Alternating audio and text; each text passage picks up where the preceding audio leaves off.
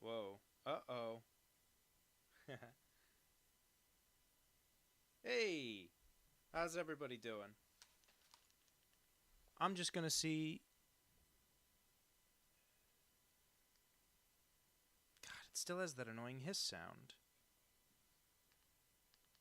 What the hell? Hey, everybody. Well, nobody so far. Whoops. Why am I hearing things twice? Oh my god, I'm such a fucking grandpa. Hang on.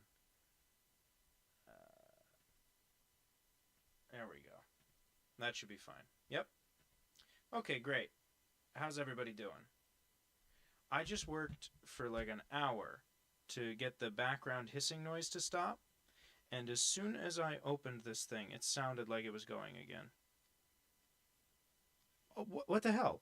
All I'm hearing is hissing. You know what? You know what we're gonna do?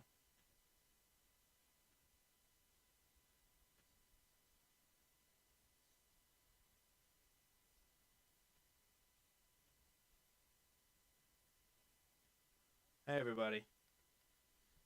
You know what? This is all hissing. Hi, guys. Hello, how you doing? Hello to Pro JP and Isaac the Monkey and Pedanticism and Chico FNAF. Guys, do you hear like a horrible, unforgivable hissing sound? Because I sure do. And it's driving me the craziest I've ever been driven. And that's saying something. I also think you guys are just staring at a still picture right now, which is fine because we're just getting started. Um, I'm trying to share this link on the Instagram so you hip kids will be able to find me. In the meantime, I'm just going to ask how everybody's doing. Now, Isaac the Monkey said nope, and then also said it's the robot episode. Do I sound like a robot? Do I sound like a robot, and is there a horrible hissing noise? These are my two questions for the viewing audience, and then we'll get right into drawing. How about that? Um, I sound like a robot? Oh my god. How do I sound like a robot? What did I do? I promised myself I wouldn't let this happen. Guys, I was gonna start at 7 o'clock. I got up here at 6:30. I sat down at this desk at 6:30. Okay? And oh my god. Okay, hang on. We're gonna change some settings real quick, and we're gonna see how bad I sound, okay? It has an echo. I have an echo on me? Okay. I just changed one setting. Did that do anything? Oh my god, this is so embarrassing. Mm, you don't know how long my day was. I might have had a really short day. I didn't have the most strenuous day. I've had more strenuous days, that's for sure. This is embarrassing. I'll get right into drawing. I'm taking a break. I was working on a cartoon of mine, and right now I'm taking a break because I've just had such a long day. And I'm going to draw with you guys for, an hour, maybe two. Um, and we'll see how that goes. Yeah, hang on.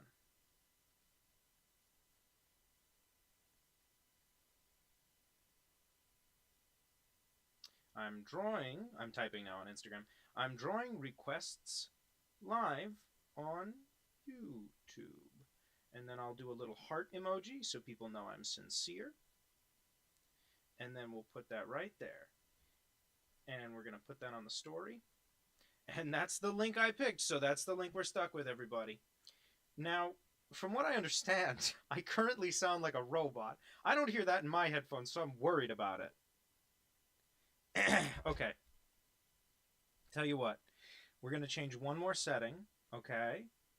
We're going to change one more setting, and if that doesn't do it, I don't know what will do because, it's so scary for me. Can you draw John Dragonborn Skyrim?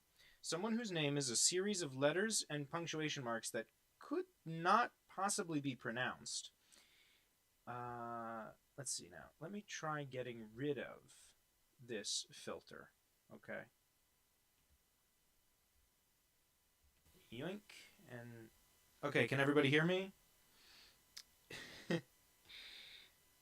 What? Okay, do I still sound like a robot? Yes or no? Because I'll be honest with you, I can't hear anything. What I hear in my headphones is just my voice. And yet I'm worried that it not only has the background hiss, but that I sound... Apparently people are telling me I sound like a robot. That's what they're saying. Wait, someone typed yes. Does yes mean I still sound like a robot? Oh, God damn it, you son of a bitch. Okay, alright, I'm getting a lot of yeses. What the hell? This is the maddest I've ever been. That's not true. I'm always a little mad. Like a kind of faraway robot, says Chumblechap. It's a little tinny. You're a little tinny. How about that? Sorry. I didn't mean to take that out on you.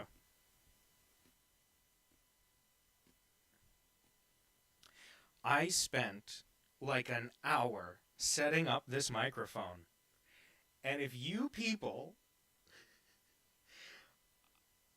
I am not Chrome. I didn't put reverb on anything. I put a noise gate on it.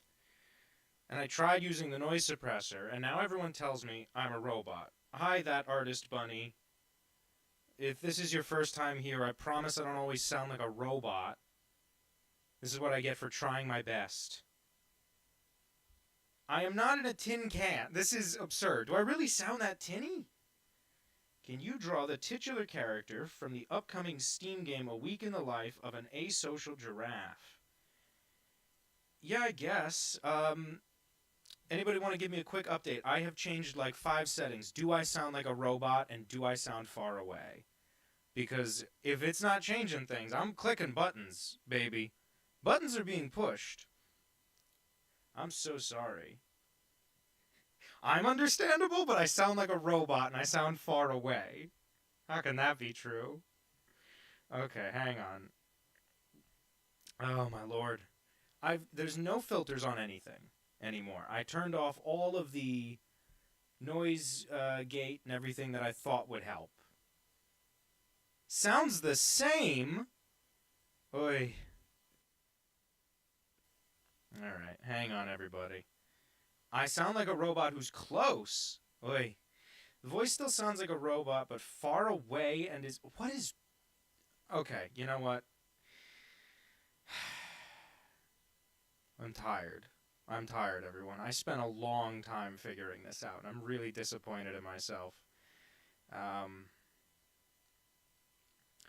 Whatever. There's like 9 people here already. I'll just start drawing, and we'll figure this out in a minute. Well, of course I sound like a handsome robot. I'm not going to sound like an ugly robot if I got a choice. Alright, I think our first request was something about Skyrim. I don't know if it was a joke or not, so I'll wait for that person to repeat it if they want it. Draw a Catwoman filing her taxes. It's not madness, pedanticism. Pedanticism says, oi, this is madness, madness, I tell you. It's not madness, I just, my voice apparently sounds like a robot. Unbelievable. At least Chumblechap, which is a hell of a name, seems to think I sound like a handsome robot. But A Week in the Life of Asocial Giraffe. Okay, I guess we're going to find out what that is. A Week in the Life. Now I have to Google things. If I kept up with the popular culture, I would probably know more things. I would like to request Penny Powell from the new film Electric State. A lot of robots lately. A Week in the Life of a Social Giraffe. Okay. Lead character. Oh, that's cute. That does look cute. Okay, I can do that. Seems to be a somewhat... Oh, I want to be on the other layer. A sort of bean-shaped giraffe. And her eyes seem to be very nervous. It's a very cute character, I gotta say. Yeah, okay. I'm doing the eyes wrong. The eyes are kind of swirly. Somebody's requested a robot from the Electric State. I have not seen the Electric State yet. I don't really plan on watching it, but I'll do you the drawing of whomever Penny Pal is.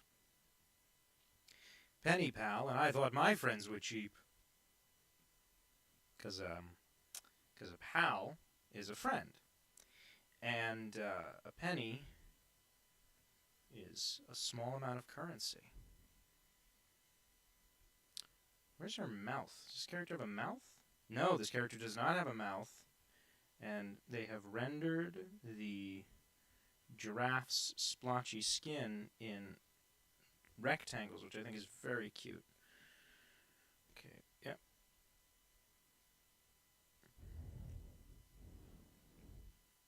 Okay, and now we'll go up here on this layer, watch, and we'll make a nice clean drawing out of it. Someone is going to wait until the other requests, the first two requests are done to suggest theirs. That's probably a good idea. Although, you know, with these things I find that, you know, you gotta kind of squeeze them in there. By the way, don't be scared to repeat yourself, anybody. You're clearly dealing with a very old man who doesn't have a great understanding of technology. I'm going to ask this one time, do I sound like a robot, and is there an annoying background hiss? This is the last time, I promise. I'm not going to ask this the whole time. Do I sound like a robot, and is there a hiss? Pedanticism says that they watched RoboCop last night, and then said, I'd buy that for $1. Of course, a reference to the hit film RoboCop, one of my favorite movies. One of my favorite films, you know, and I use that term, film, because it's a work of art. You know, people don't understand Verhoeven. They don't understand his satirical intent with the film, but it's a masterpiece, and I love it. The audio is the same for me. Okay, so I sound like a robot, and there's no hissing.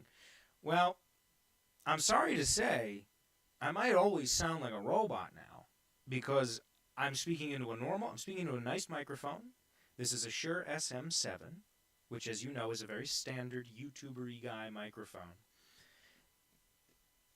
So, real quick, this is A Social Giraffe, which is apparently a new Steam game. Just erase that real quick. I'm going to go up here, yep. So, that's A Social Giraffe. Whoop! If you want to get your picture of it, take the picture real quick. And, oh boy, what are we doing here? Hi there, if you're just joining us, apparently I sound like a robot today. No, I did not intend. I won't pretend, Chimp-E. I won't lie and say that I intended to sound like this. I will lean away from the microphone for just a moment, and I'm going to open my very loud can of Diet Coke. Hello, the rat squid. If you're just joining us, apparently I sound like a fucking robot. And I think I can curse here. I don't care. What are they gonna do? Take my money away? Go ahead. Kill me. Why don't you just kill me? Okay, so I hope you got your picture, Lydia. Looks like Lydia was the one who asked for this. This is the upcoming Steam game, A Week in the Life of A Social Giraffe. And now the end is near. Apparently, I sound like a robot. So we have to do Catwoman filing her taxes. I'm assuming that doesn't mean the character Catwoman from Batman. But I'm just going to write this down. Catwoman taxes. But I don't even want to think about taxes, so we're going to do whatever Penny from the Electric State looks like. And don't forget Zom Lennon from the last stream. Oh, thank you, Pedanticism. I will draw Zom Lennon. Okay. We're creating a bit of a queue here. Catwoman filing taxes, Zom Lennon, and whatever, Penny Pal. Penny Pal. I'm going to jail for cursing. They're going to put you in the cell right next to Vivian Cartoonish, says Chumble Chap. I assume she's out by now, right? She can't still be in jail. She's got to be out by now. She's got a kid to take care of. It'd be sad if she went to jail forever. Did anyone else put in a request already? Why do I sound like a robot? I'm not kidding. I spent an hour setting up a microphone, and the end result of it all was this. So, God bless America. I will now read one pedanticism message. Did someone say old? I was old once, but that was before I was dead. Those were the days, back when you could buy a dozen donuts for only 3 souls. Squelch got legal custody of the child. I shudder to think of this. Alright. Hi, Rat Squid. I can't believe you uploaded your consciousness into a computer to live forever. I'm modestly disappointed in you, Mr. Holt. Pensive underscore emoji.mp3. How dare you? Oh, Rat Squid. You don't have to send money. That was very sweet, Rat Squid. That's so nice. Thank you. Aww. Now I feel guilty. Oh my god, I'm a robot and I feel guilty. Why couldn't I lose the emotions when I ruined my voice? I'm gonna put in Rat Squid. That's very kind, Rat Squid. Thank you. You really don't have to. Okay. Penny Pals on Leonard. Okay. Oh god. Well, we'll do Rat Squid second. Kind of bribed their way to the front there.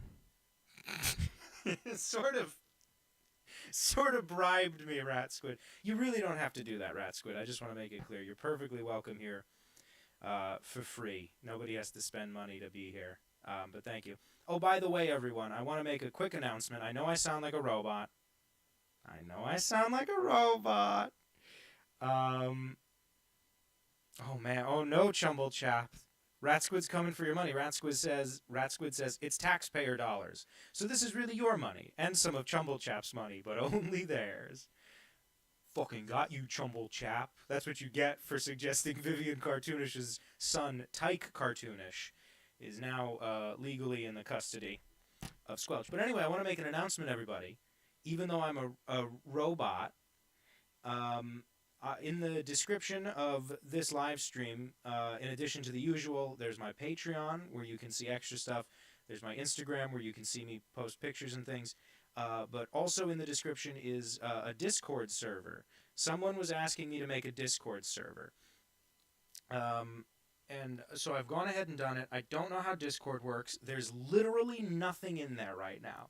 It's just a list of rules, okay? And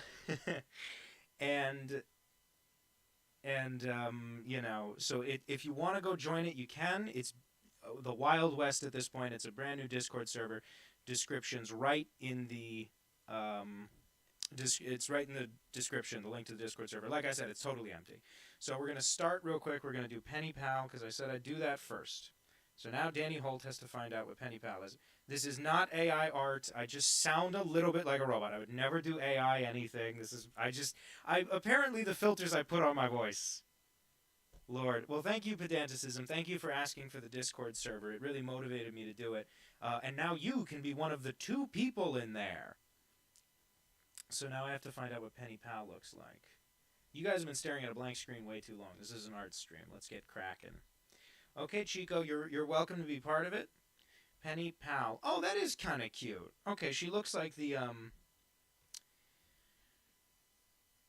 she looks just like the autopilot from the movie Airplane, if you ever saw that movie. The Discord link is expired. No. Really? I set it to never expire. Are you serious? No, when I clicked it, it says okay. Don't lie to me. Listen, you can have your blank screen time later. I have to draw. This is dragging out way too long. I need a good picture of Penny Pal. Penny Lane is in my ears and in my eyes. Okay, so she's got like a little robot nose.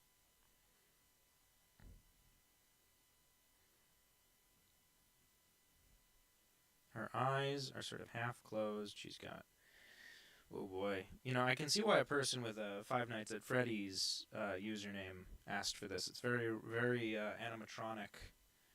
Very robotic. You know?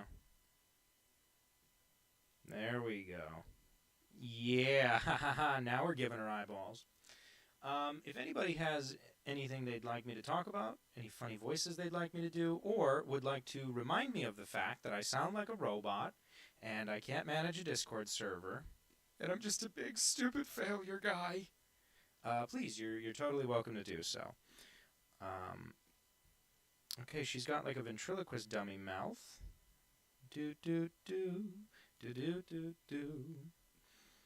Very recently, I put up a YouTube. Sorry, I guess it's on YouTube as well, but it is more popular on the likes of TikTok and Instagram. The eviler places. Um, I put up a video of like a grandma. She was like a cool grandma who does karate or whatever, that old thing, and it got popular, which was weird. I don't like when things get popular. I prefer to be a starving, miserable artist, but it got relatively popular, which was nice for me, even though I just said it wasn't. Hold on, her arms are funny. She's got like ball and socket joint arms. There we go. That's like a good. I think that's an okay cartoon of that, right? Do you think so? I certainly hope that Chico FNAF enjoys their request. And let me just write down the rest of that goblin thing. Goblin paragliding volcano. Paraglide volcano. Okay, there we go. Discord server. Can you draw Jessica Rabbit in a Dita Von Teese Bob Mackie showgirl outfit? Okay. A lot of Jessica Rabbit talk on this channel. Jessica Rabbit, Bob Mackie. Don't look at how bad my handwriting is or how I don't know how to spell anything. Keep your eyes on the prize, pal. Mind your own business. A small, simple jungle scene with a monkey, frog, rhino, zebra, elephant, bear, and parrot. I don't know. I guess you can practice. Try drawing more animals. I'm bad at drawing animals, Your Honor. Someone says they know about managing a Discord server. Maybe you'll be a moderator of some kind. If AI is sentient, would their art would be valid? Yeah, but I don't think a computer could ever be. Here we go, real quick. If you want to take a screenshot of your request, there it is. If not, you'll see it again later. Would their art be valid? I don't know if a computer can ever really be sentient, because you can just program a computer with increasing complexity. If you made a computer that every time you punched it, it said ouch, that doesn't mean it actually feels pain. You just programmed it to respond as if it feels pain. But I guess if that gets complex enough, that's alive then. So don't make me think. I can't even figure out the microphone. To insult the French. Oh, you are allowed to insult the French in my Discord. There's no bigotry, no hatred allowed in my Discord, but you can say anything you want about the French. She's kind of, I think, quirky, but the word might be kinky. Who knows? Pinocchio from Shrek, if he was intersex and never lied. I think those are already true. That's not true. He lies. Chumblechap says they're adding big stupid failure guy to their resume. You should make me a mod in your Discord server. Nothing could go wrong. I would never ever go mad with power and stage a coup. Yeah, whatever. Rat Squid says, I recently got a TikTok because my coworkers talked me into it, and I'm not a big fan. My algorithm is nothing but AI slop and 50-year-old femcells. Well, yes, I know my audio sounds weird. Apparently I sound like a robot. And I don't know how to fix it, because this is the result of me trying like crazy to fix everything. And let me just try one more thing. Sorry, everyone. You got to just stare at this drawing of Penny Pal for another minute or two, because I'm going to try to fix one more thing. Okay.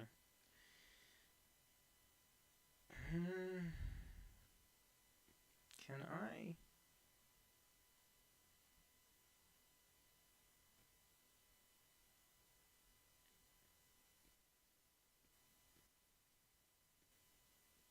One more second. My Discord should be strictly moderated by robots programmed to feel pain. I mean, it can just be screaming if you want. It's a pretty new Discord server. So, remember how I said my display name and profile pic was the same on Discord as it was on YouTube? I'm a big rotten liar. My display is the same, but the profile picture is different. God damn it, pedanticism. What an unpedantic thing to do. Whew, that is making me furious. Okay. So I still sound like a robot. What if I... Hello? Did that do anything? Do I still sound like... You know what? You'll tell me if I sound like a robot. I gotta stop asking. Whatever. People are watching. Okay. Let's go back. We gotta do Zombie John Lennon, also known as Zomb Lennon. We'll go here.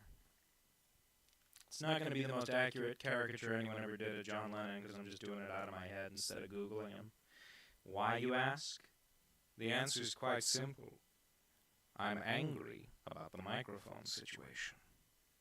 Because later I'm going to listen to how this sounds and I'm going to feel so stupid for even trying.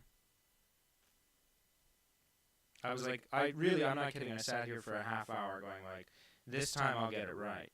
This time I'll fix it. You know, no more of that hissing sound. And oh boy, I couldn't have been more wrong. Wait, for a second it sounded normal? I'm two robots now! What? Now it has hiss. Everyone's telling me I sound different. Oh. I try, you know? I try so hard. So, lost the robot. Now I'm two robots. I don't know what moist critical is. I don't care. Everybody shut up. It's back to the robot.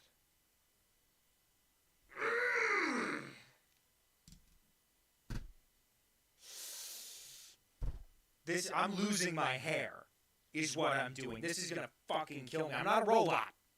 I've never been a robot. Trying to draw zombie John Lennon. Please, have some respect. Unfucking-believable. I'm gonna go insane.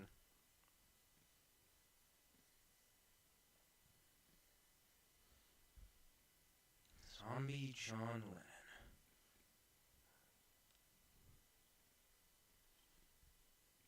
Okay, well, I'll tell you right now, I love an asymmetrical mouth. I'm sorry, I can't pretend like I'm not furiously mad about what's happening. Does this look like John Lennon? Kinda. Not really. Whatever. It's gotta look like a zombie, too, that's the problem. Can't do one thing right, how are you gonna do two things right, you know? Of course, in my case, I can't do anything right, because I'm a fucking robot!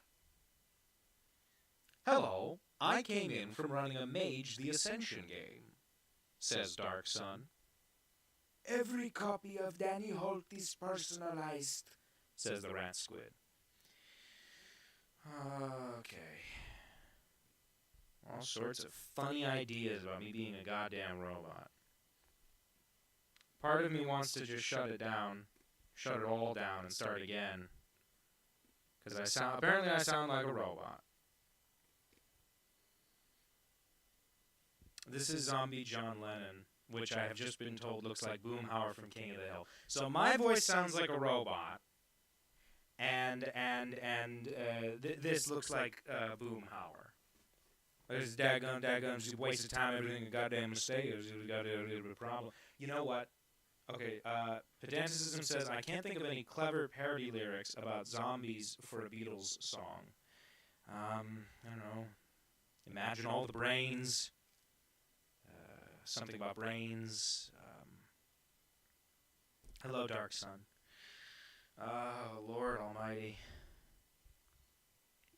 Sergeant Pepper's Lonely Brains Club Band? No, that doesn't make any sense. Okay, Rat Squid had requested, very kindly requested, draw whatever comes to mind when you hear the phrase, every copy of Mario 64 is personalized. The funny Mario creepypasta. Okay. I'm going to draw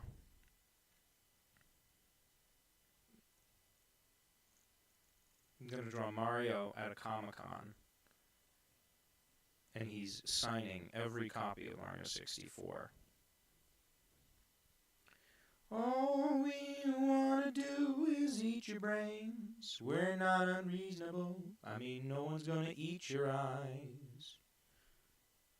Y'all big Jonathan Colton heads? I'm not, but I like the 4 songs of his I've heard. Used to come up on Pandora a lot. I don't know if anyone ever had Pandora, but before I had Spotify, I had Pandora. And that was crazy because it would like limit the number of skips you had. Like once you had skipped a certain number of songs, you just had to you just kind of had to listen, or you could change the station. But you would run out of them, run out of skips. And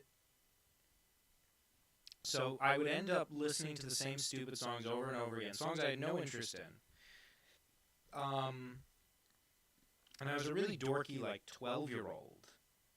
That's a really fucking bad hat on Mario. I was a really dorky, like, 12-year-old, so, which was why I couldn't just pay for, like, Spotify Premium or something. And as a dorky 12-year-old, I liked Weird Al a lot, and so I would get, like, funny music recommendations, even though I don't really want to listen to funny music. But because of that, I know a bunch of stupid songs from a bunch of stupid things that I don't care about, and I'll never be able to forget them. Like, a big one is, there's this song from, apparently there's a musical of Little Women. I've never even seen regular Little Women. I never read the book. I'm ignorant, is what I'm getting at. And the problem is that I'll always know this one song from Little Women the musical, which, as I just explained, I've never heard of or seen. And the song is, I think it's just called Massachusetts. And it's some kind of, like, vocal warm-up exercise one of the girls seems to be doing. Again, I've never seen it, I don't know the actual context. But it goes like, if you say, come with me off to Massachusetts, then to Massachusetts we will go. We will buy dishes there, maybe even 2 sets. Buy the finest china, then we'll dine a while on crepe Suzettes. Yes, we're off to Massachusetts. Yes, we're off to where the shops are sweet. I can't really sing. Anyway, point is, I'll know that till I die, and I'll know like a handful of Jonathan Colton songs till I die, including the zombie song he wrote, which is all we want to do is eat your brains. We're not unreasonable. I mean, no one's going to eat your eyes. Like I said, can't really sing. What were the people talking about? Happiness is a warm brain. Can't buy me brains. Those are okay. Let's see. Off topics, but I love your Talking Head cartoon. Thank you, Chumble Chap. I've always had mixed feelings about that one, because people who like it seem to really like it, but I don't like that it's not funny to people who don't know the Talking Heads. I don't like that if you're not into their music and you don't know that one song, if you don't know Once in a Lifetime, there's just no joke for you, and I try not to do that. So as a lot of people seem to like that cartoon, I guess, because a lot of people like the Talking Heads, and it's a pretty famous song. So I'm sure most people get it, but it just feels like, I just don't like doing that kind of thing, where it's like, there's no joke here if you haven't seen the original. Like, even when I did that big elaborate Batman cartoon, and it was so, like, in the style of the cartoon show and everything, but the joke had nothing to do with Batman. The joke was just, there's a naked guy, and then somebody does the awooga, awooga, hana, hana. And I much prefer doing things like that, but like I said, I do like the cartoon itself. I'm disappointed in myself that I couldn't think of a way to make it funny for everybody. Because I'm a real fucking people pleaser, you know?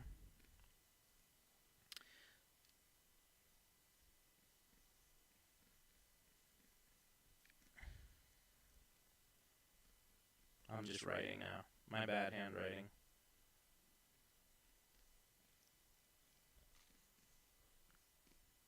So this is Rat Squid. This is what came to mind when I read every copy of Super Mario 64 is personalized. It's Mario, and he's at a Comic-Con, and he is personalizing. He's doing expensive autographs on copies of games for big frickin' nerds. I don't like that cheap line.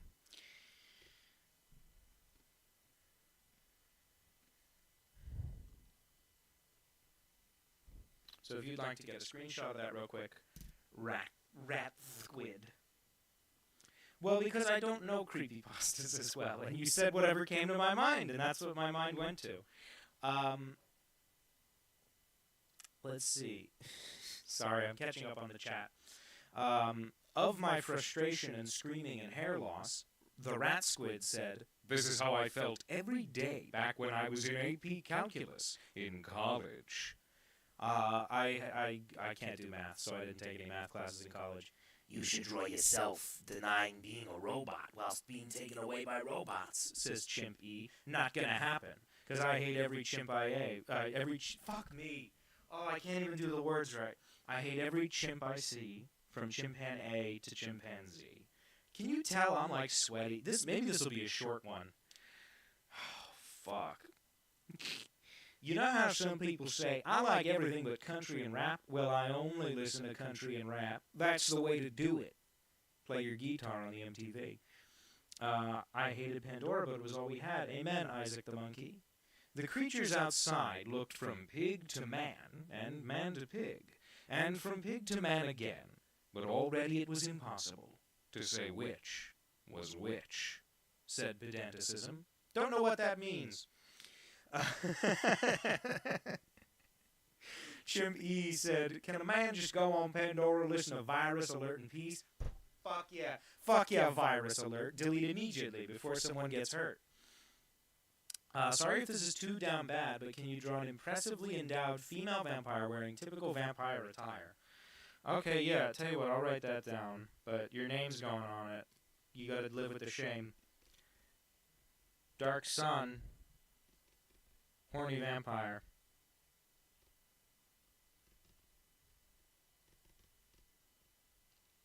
If I could draw the emotion shame next to that, I would do it. Oh, Chumble Chap, there's no way you look like this guy. Chumble Chap, don't you dare compare yourself to fictional sweaty Comic-Con man. You gotta have that confidence. I lived in Massachusetts for years. It was never that quaint and adorable. I got a friend who lives in Maine. He seems to think it's pretty adorable. Isaac the Monkey says, speaking of Massachusetts, I always thought Plymouth Rock was like a mountain or a cliffside or a reef. It's literally just a rock with a ear chiseled on it. You know it. Okay, yep. Roger Rabbit, but with gaming characters. Okay. Good Chinese food near it, though. In Massachusetts? Or in Plymouth Rock? I love you, Dr. Zaius, says Isaac the Monkey. Rat Squid, for all the people here, check out Mario 64 Classified, amazing psychological horror series that has that ever-rare flavor of tragic AI villain. There's nothing tragic about AI. Some of us are natural-born robots. Pedantic was quoting Animal Farm. I probably could have guessed that. I'm sorry. I should have thought harder about the pigs and the, you know, some animals are more equal than others or whatever. Hey, Danny, longtime fan. Oh, thank you, Phantom. Can you draw a grilled cheese? Yeah, I tell you what, that's going to take 5 seconds, so we're going to do it first, Phantom. Before we get to all the nice people who worked so long and hard and got here before you. Not because they're better than you. Not because they're better than you. But because they had nothing else going on. Just like me, they were alone on a Saturday night. I have a boyfriend. I'm not a loser. My boyfriend's also kind of a nerd. But he's a cool nerd. He's a much cooler kind of nerd than me. You ever run into that where someone's just like a cooler nerd than you?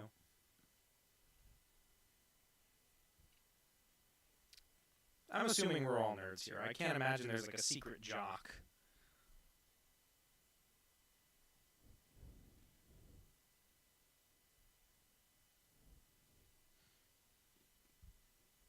This is what bread looks like, right? A giant heart shape. This is about what bread looks like, yeah.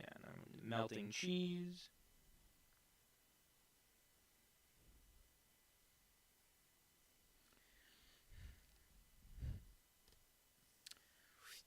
Okay, and I've drawn it too big, so we're going to go ahead and we're going to make it smaller.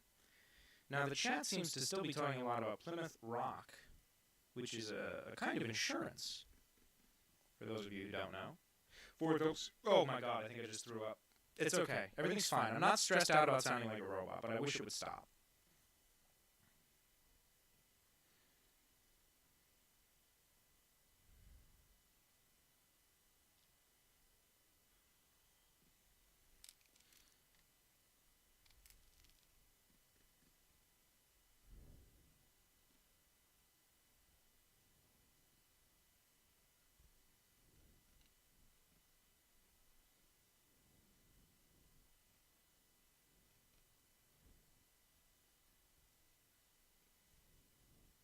So there you go. That's a drawing of a grilled cheese being grilled by the fuzz. He's getting grilled. He is a grilled cheese sandwich, though, which I hope is very clear. Tell you what. Put a little yellow on him. Ugh, what an ugly neon yellow. What's wrong with me? Why am I so nasty? What's wrong with me? Why don't the boys at school talk to me, Mom? Probably because you're a fucking fruit cup. Sorry, I'm babbling with voices in my head again. It's very dull on a live stream when I do that, so I'll try to keep it a little more interesting. So this is a grilled cheese, and he's getting grilled. Little cigarette on the cop's mouth. So Phantom, if you'd like to get a clean screenshot of this, now's your chance. I'll put a signature on it so you can sell it for millions of dollars in the future. Except it's not a physical piece of art, so it's worthless. Okay, catching up on the chat real quick, and then I'm going to start burning through these requests. Phantom had to come in with that grilled cheese thing. PogChamp, grilled cheese time. Is this a Chef Tyler reference? Rat Squid, if I knew what one of those words meant, I would not be the old man I am today. Dark Sun said, came by to say I love your stuff. I love that you're out there doing it. Okay, thank you, Dark Sun. I'm going to draw your horny vampire in a minute. So, you know, you can always check back in for that. Will Plymouth Rock ever roll over like Van Dyke Parks promised? Buddy, if I knew what anyone was saying about anything. The Rat Squid just sent the words dance frog 3 times. Is this what Discord is? I'd like to request Aaron Sun from the show Farscape? Okay, we'll put it on the list. Might get to it later, because I'll have to find out what it is. Aaron Sun. Farscape. Is that like an anime? What do the kids watch these days? It appears my ID was missed, so at the risk of appearing rude, I request pigs wearing fancy clothes a la Animal Farm. That was totally missed. I didn't see that at all. Yeah. Pigs in formal wear. Pigs in formal wear. Lorraine Newman. I was going to say me, but then remembered I was a cheerleader in high school. Ha! I wish I could have been a cheerleader. Is roller skating a jock thing? No, but it's cool. What if Danny himself was the jock in high school, pulling a fast one on us? Buddy, I'll tell you right fucking now, I am the polar opposite of a jock. Not because I have anything against athleticism. Showgirl Dita Von Teese Jessica Rabbit. Is that different than the Bob Mackey Jessica Rabbit? Did I make up Bob Mackey? Are these the same Jessica Rabbit requests, or did 2 people ask for it? Whatever, I'll do J Rabbit, and then I'll Google Dita Von Tess? Okay. Fruit cups are delicious. A lot of Jessica... Oh my god, I'm having such trouble keeping up with this. Thank you. Oh, Phantom, I'm so happy you enjoyed it. It's okay, I'm out of touch too. All I do is drink, listen to country music, watch anime about high school girls being awkward. Shit, that's the American dream, Rat Squid. Because it's pride all year long. Don't let governments and corporations tell you it's limited to a month. I'll tell you right now, I feel shame 24/7. Okay, so let's burn through these. We got a Catwoman filing her taxes. This I know how to do. And for convenience sake, I am going to do the comic book character Catwoman. I've immediately decided I don't like what I'm drawing. Isn't that funny?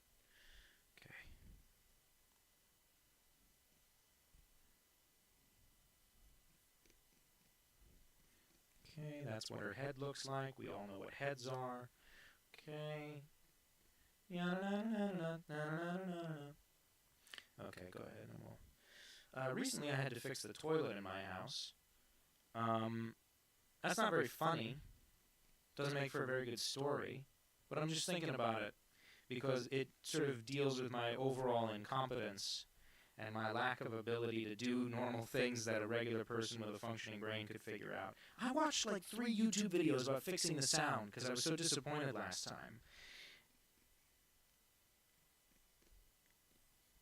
Okay, hang on. We're getting somewhere. Okay. Oh, you know what I'll do? I'll give her the shoebox of receipts. The old cliche.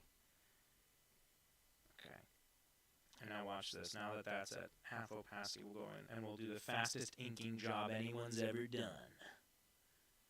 Pedanticism says, what would you do if Tom Jones broke into your house and started aggressively singing at you? You know, it depends what he's asking, or sorry, what he's singing to me, because if it's Sex Bomb, I'll wait till he's done, you know what I mean? Sex bomb, you're a sex bomb. You can give it to me when I need to come along. Sex bomb, you're my sex bomb, and maybe you can turn me on. I don't do a Tom Jones impression. So that was just generic singing. Not very good. Anyway, Tom Jones, what would I do if he broke into my house? Well, he's about 80 now, so...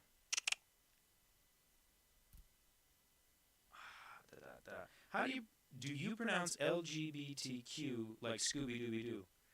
LGBTQ! That's, hang on, let me give it more of an honest attempt than that.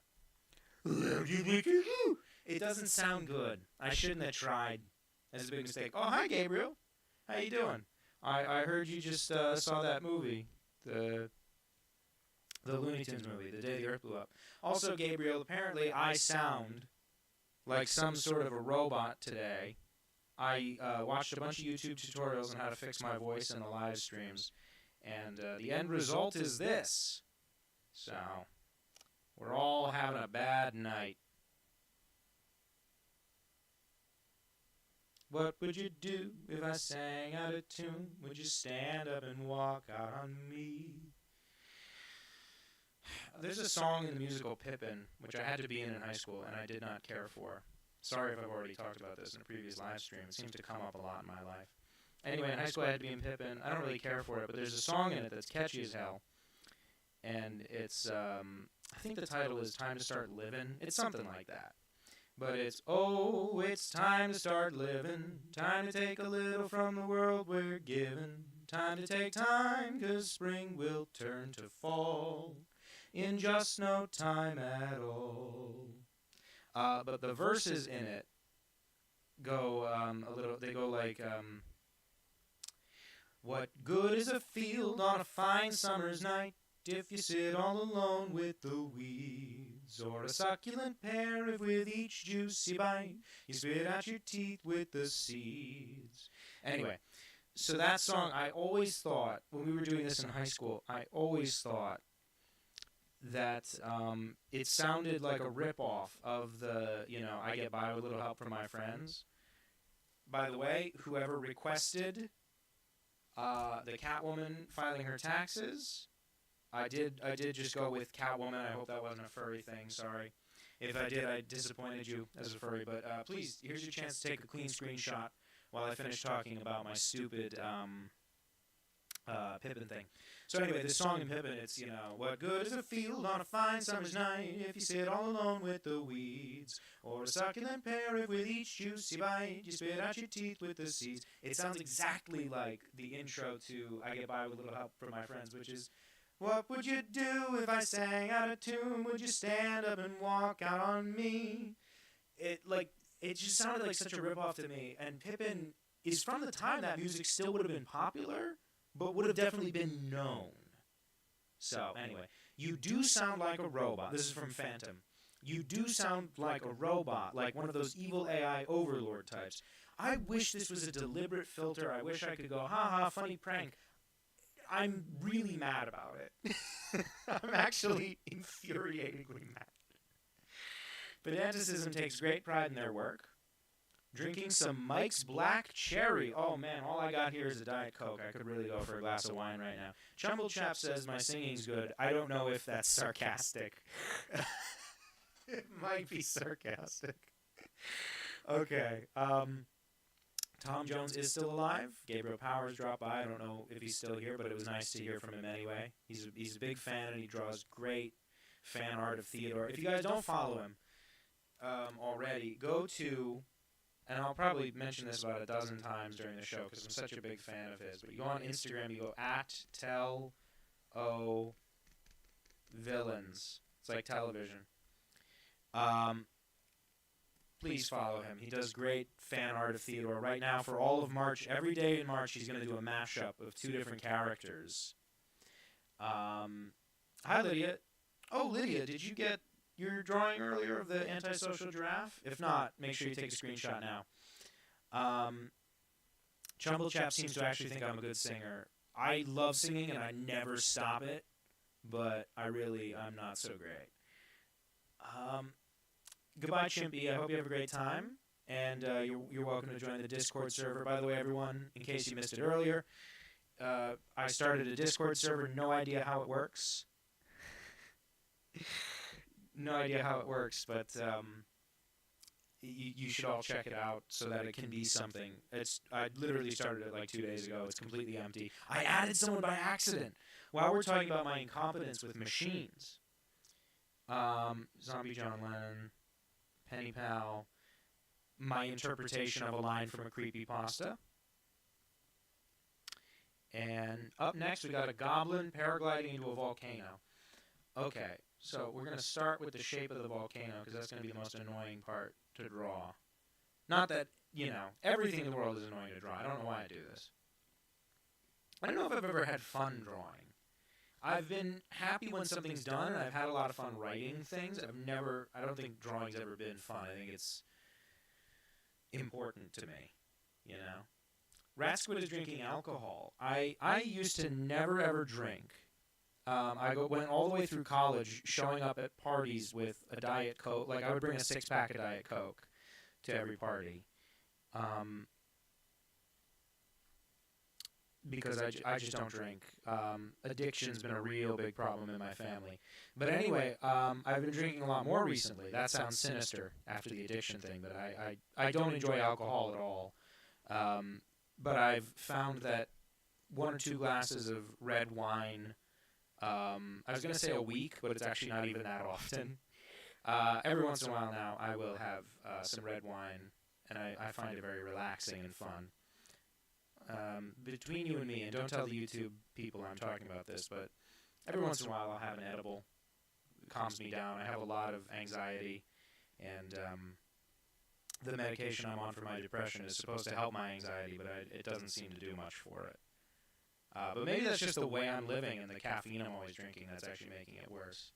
Now, longtime fans of the channel will notice that when asked to draw a goblin, I have actually drawn Squelch, one of my favorite characters I ever created.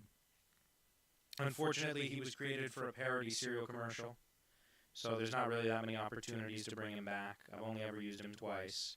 I wrote a commercial for a Squelch cereal, and it was going to be like a spin-off for him, kind of the way that the Cartoon Mom had a spin-off of that short.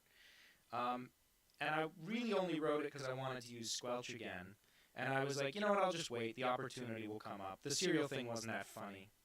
And it felt so unimaginative to just, hey, I want to bring Squelch back. I know, let me do another cereal commercial. Like, it just felt hacky to me. But I don't know, maybe I'll do it one day.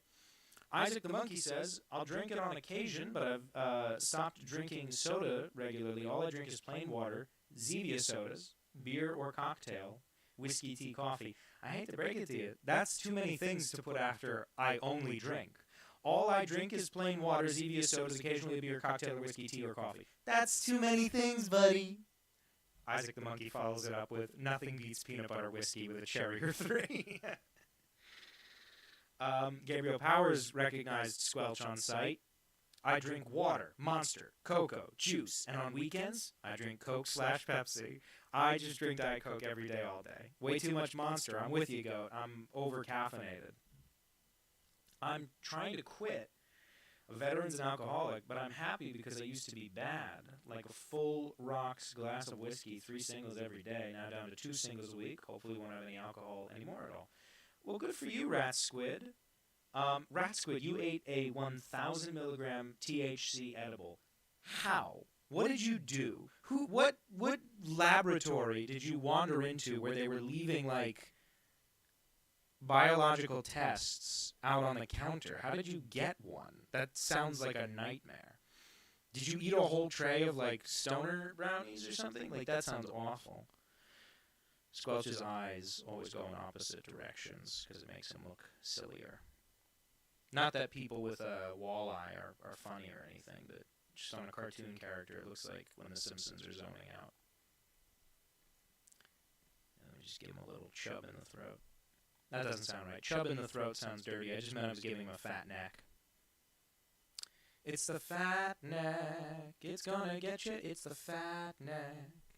That, of course, is my hit Weird Al style parody of the song Black Death from the Broadway musical Something Rotten.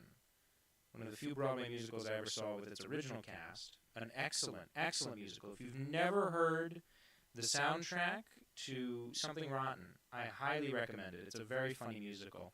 The premise is that it's these two brothers in the Renaissance era, and they're trying to create the world's first musical because they have to compete with William Shakespeare.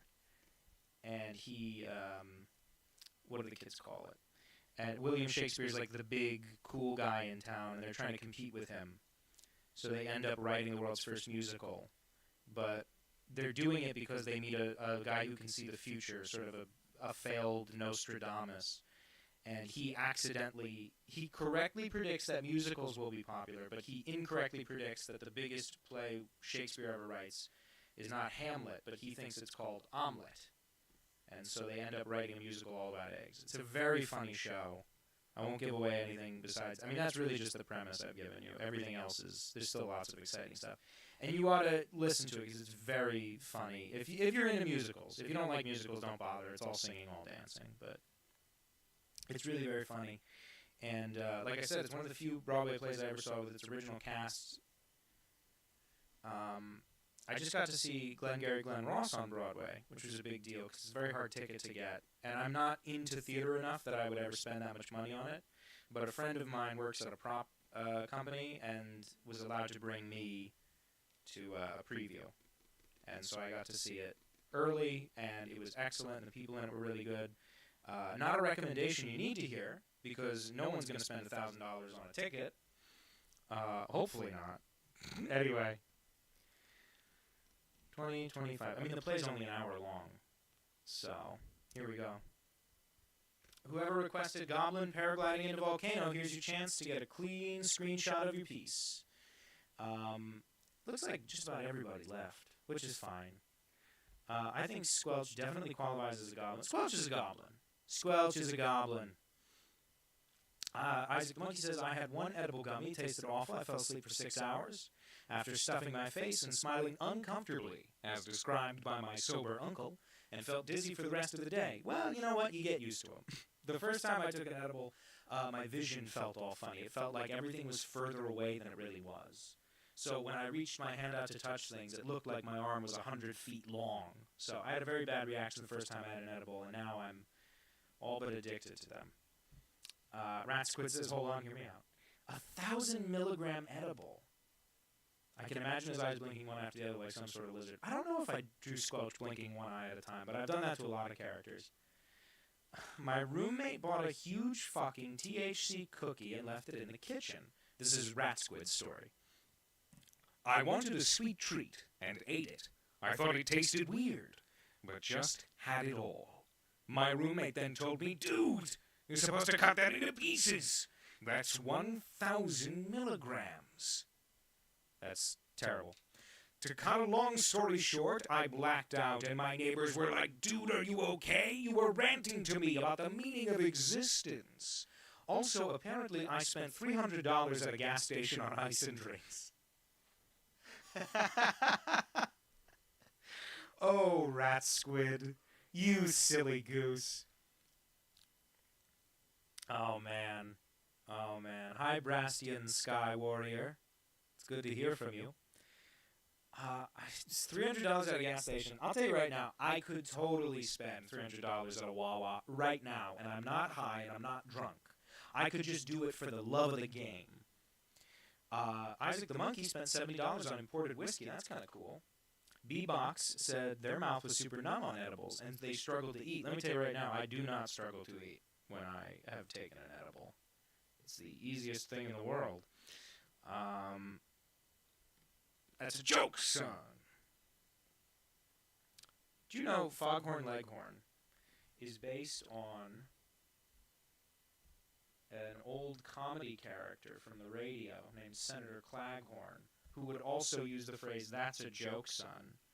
But as far as I can tell, he never said the, "I say, boy." Let's see. When I drink, I start talking about funny shit or real shit. Nobody wants to hear the real shit. Rat Squid. Best of luck with the alcohol thing. I know a lot of people who have that same problem. A friend of mine, bit of a drinker, and then another friend suggested, and I'm not using names, Dark Sun wanted a horny vampire girl, so I'll do that kind of quick. He said traditional vampire attire. I don't really know what that means. So I'm going to do like a Dracula. Sort of a Dracula. Draw Daffy Duck as a Las Vegas showgirl. Finally, something for me. Daffy Duck. Showgirl. I have something to say about Daffy Duck being a showgirl in a minute, but first I'll finish that thing about alcoholism. Friend of mine was doing kind of a smart thing and getting a friend of theirs who drank too much to always do half shots, because their problem with drinking was the social element. They'd be at a party and they'd enjoy being part of the festivities and everything, and they'd drink way too much and they'd throw up. And to the point where their roommates were like, are they an alcoholic? And, by sort of turning it into, only ever doing half shots, they cut down the amount that their friend was drinking. I still don't know if that's a perfect solution, but it was, it was, better than the alternative, and it was very kind of that friend to, help their friend out. Anyway, I'm using the word friend too much because I'm not going to give anyone's details away. Anyway, so, long story short, drinking sucks, and we should never do it. And yet we do. Did you know that alcohol is actually a carcinogen? Same as cigarettes. It's a class 1 carcinogen, and because it destroys your DNA, and it stops DNA from replicating properly, which is how cancer starts. Your cells grow incorrectly. And I apologize for talking about cancer, but that's what happens. Anyway, so alcohol is actually a carcinogen, and recently there had been a proposal to include that warning label on the bottles of alcohol the same way it's already on cigarettes, which I think would be fair. I think there's no problem with alcohol as long as people are adequately warned about it. And I feel like when it comes up that alcohol is a carcinogen, people often don't know that it is. And that's my only problem with it. I think people ought to be free to do kind of whatever they want to a certain extent, as long as you're not endangering others. Like, smoking in public is a hazard to other people because of secondhand smoke, right? But I think people ought to be able to be free to smoke, even though smoking... My dad was a smoker, and I saw how much it, destroyed him and ruined his health. But, that doesn't mean people shouldn't be free to do what they want. Anyway, with alcohol, obviously I think alcohol should be, I don't want to bring back prohibition or anything. I just think there should be the warning on the bottle. And there had been a proposal for such a thing recently. And I think it ended up getting... right now in America, everything's topsy-turvy. So I doubt that's anyone's priority in our current government, is to make sure people are adequately warned about the dangers of drinking. Anyway, enough about me and my health concerns. Oop, I see what I did wrong. Yeah, there we go. What did I do? Where did that drawing go? Whoa, that's crazy. I'll drink to that, says Rat Squid. Oh, rat squid, irony be thy cross to bear. There we go. No, what am I doing wrong? Ah, forget it. Horny vampire girl. What am I doing wrong? I've never been able to figure out technology. Let's see now. I'll just check up on the chat real quick. Chumble Chap says, I got a tooth pulled this afternoon. Oh, I'm so sorry. They said this has been a great way to spend the evening recovering. Well, I'm glad we've been a comfort to you, Chumble Chap. I'm sorry I'm so robotic today. Isaac the Monkey says Wile E. Coyote was based on an old Mark Twain quote about how much he hated coyotes and called them pathetic. You're damn right. There's nothing wholesome or Christian about this stream rat squid, except that there are some holes, and the guy named Chris. I don't know. I really dropped the ball at the end there. Wholesome lent itself to some holes very nicely. I feel it's a fair call out. Typically, Vampire Terror is Dracula. I ended up with more of a Morticia Adams. I'll clean up this drawing in a minute. Mike Smith says, draw my smug goldfish recovering from when the cat attacked him last stream. Okay, smug goldfish. Going on the list. Smug goldfish recovery. I prefer tea. One more request before I go. Vivian Cartoonish smelling some flowers. That sounds like it's somebody's kink, but okay. We'll do that one super fast because you're going to go. Ready? Here's Vivian. Vivian is the simplest cartoon character in the world, and yet I've already redesigned her twice. Because her eyes are kind of hard to draw. Oh, what am I doing? Stop that. What the hell? Work the way I want you to, computer. Okay, there we go.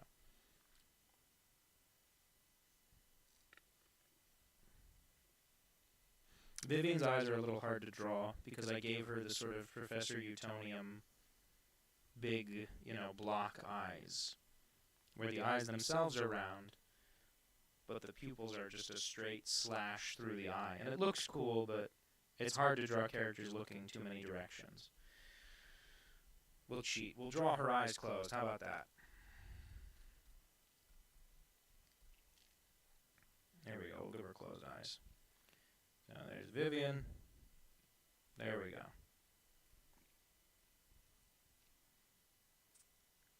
Now this person has asked me to draw Vivian smelling some flowers, which I'm happily going to do. But I should point out that Vivian Cartoonish has no nose, which is something that, I don't know, doesn't seem to bother people. Do I want to draw like crummy, like third grader flowers? We'll do a rose in there too, so it looks a little less cheap. This is how I used to doodle a rose in the corner of my notebook in high school. Okay, and then down here we'll put sort of a half rose. Yeah, there we go. We'll imply that someone gave her a bouquet of flowers, yeah. Okay, and she wears a bullet bra, like Marilyn Monroe.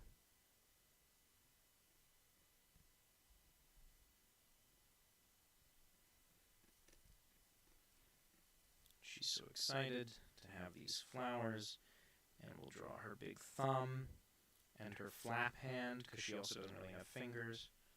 Okay, and I'll teach you guys right now how to draw Vivian Cartoonish, aka Hot Cartoon Mom. You just draw her chin, which is a nice, pointed little chin. So it's that shape, little bucket. And then her hair is always, it never moves.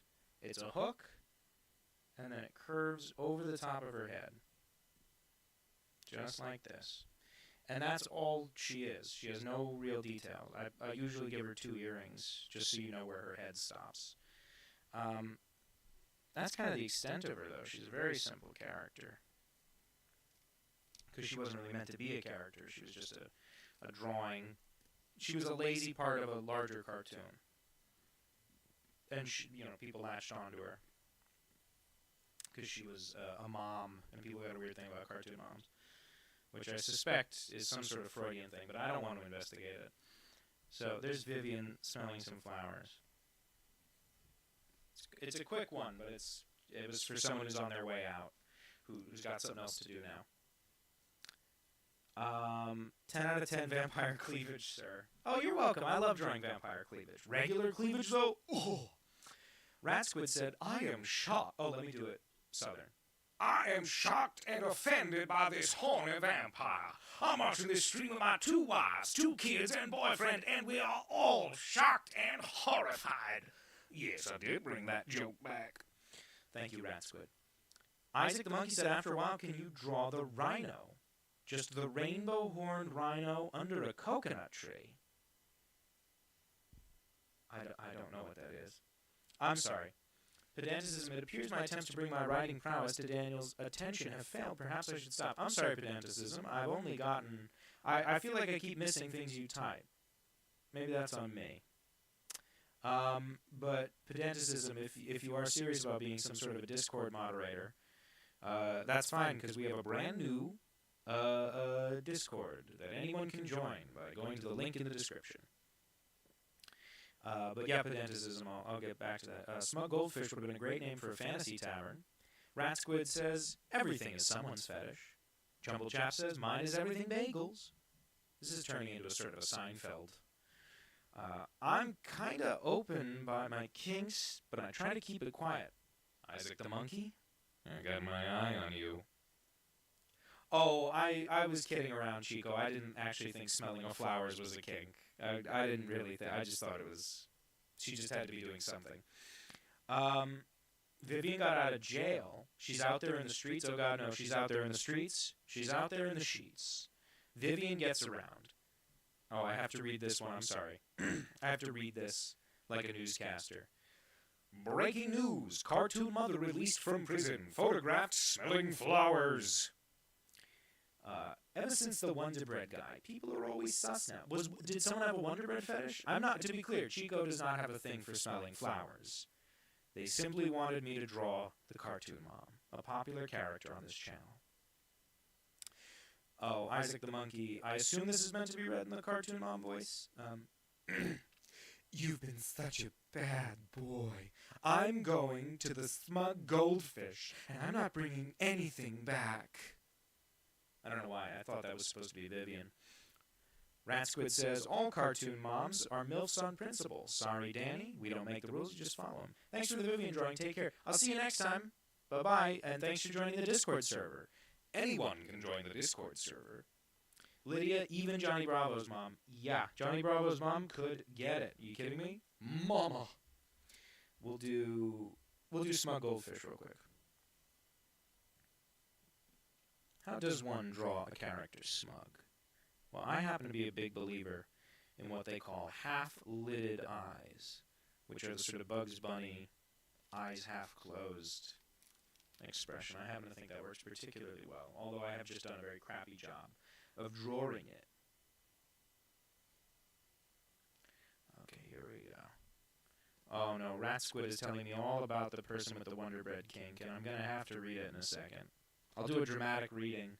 If you have a voice you'd like me to do a dramatic reading of the Wonder Bread fetish story, just let me know, and I'll do the voice. I'm easy like that. Now we gotta maintain some fishy elements to this character, because he is in fact a fish. But he's smug. He's smug and he's a fish. And that's what you've gotta remember about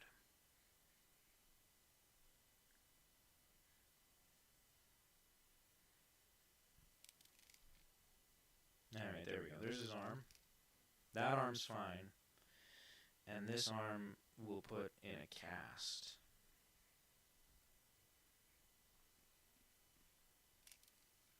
He's got like a cast on his fin.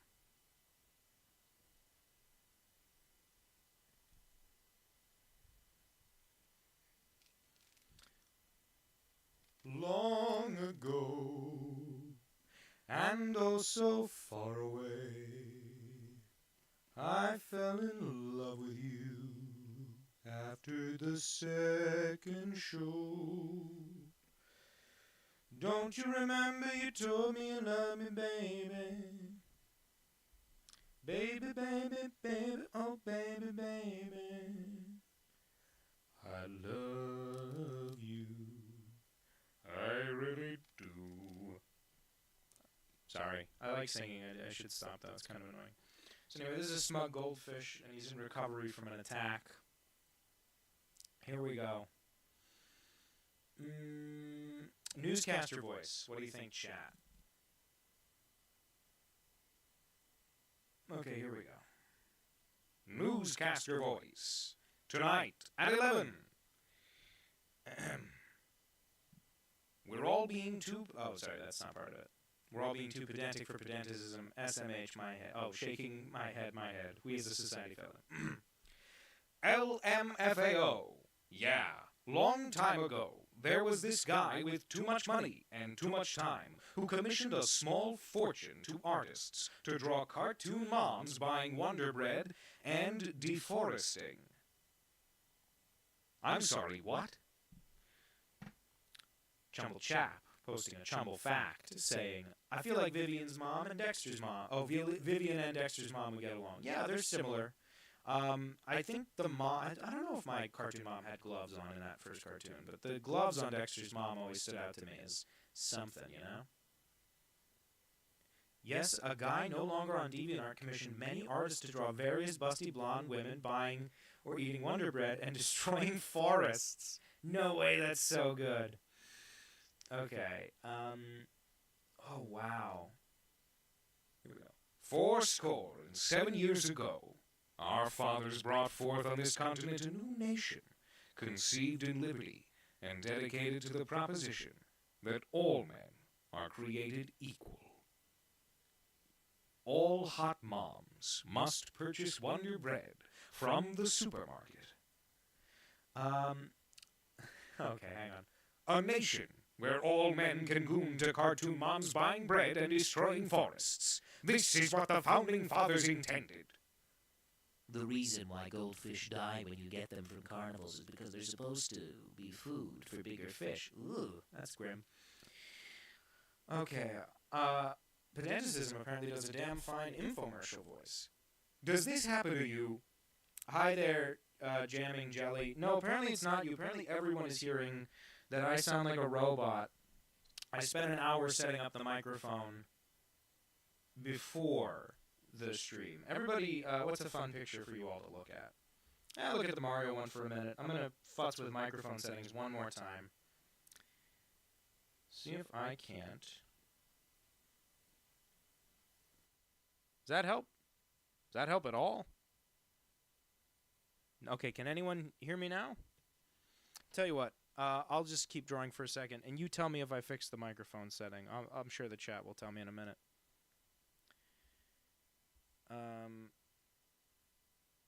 Still plenty of good artists, both professional and hobby. Oh, it's fixed? Are you kidding me? Vincier Angelos? Fuck! Are you kidding me?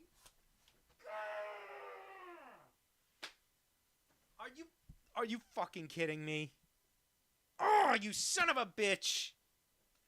It was all for nothing. Okay, but is there a loud background hiss? I bet there is. I bet there's loud-ass background hiss. Fucking shit. Oh my god, I'm gonna kill myself. Okay, I'm not gonna do that. Don't tell YouTube I said that. It's a bad habit. You're not supposed to talk like that. That's what my therapist tells me. I'm kidding. I stopped going to therapy. I just get my medicine without the talk therapy now. Okay.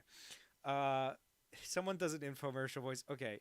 Gabriel Powers asked, if Theodore was a D&D class, what would he be? I don't know enough about D&D.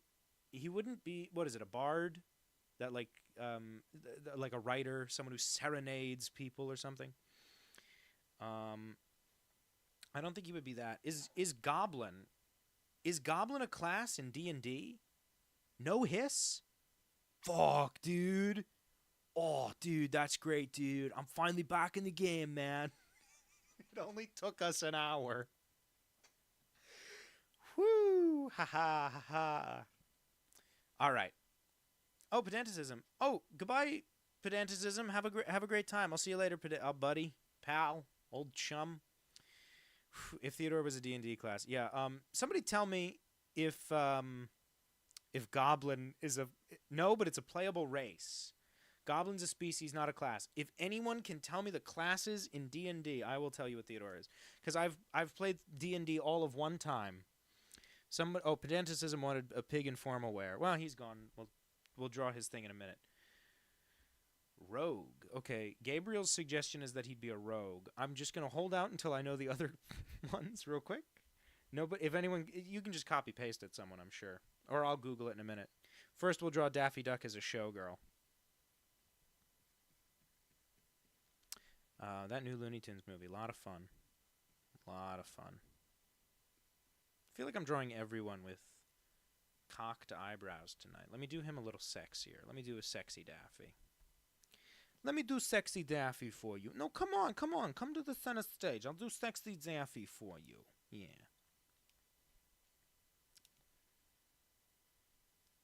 This is my moment. That's a terrible Daffy Duck. I kind of have to be loud to do Daffy Duck. I'd have to, like, back off this microphone.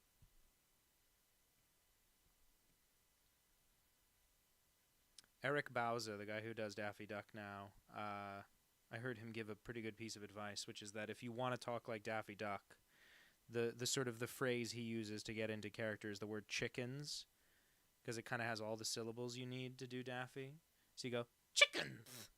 And I think that's pretty good, as far as getting back into it. Don't you think so?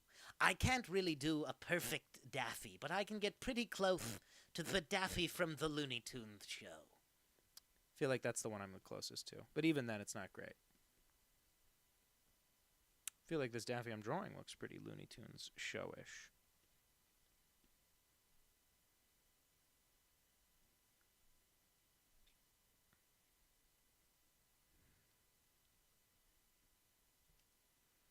Okay, here we go. Yep. Do we give him giant Googas? Is that funny enough?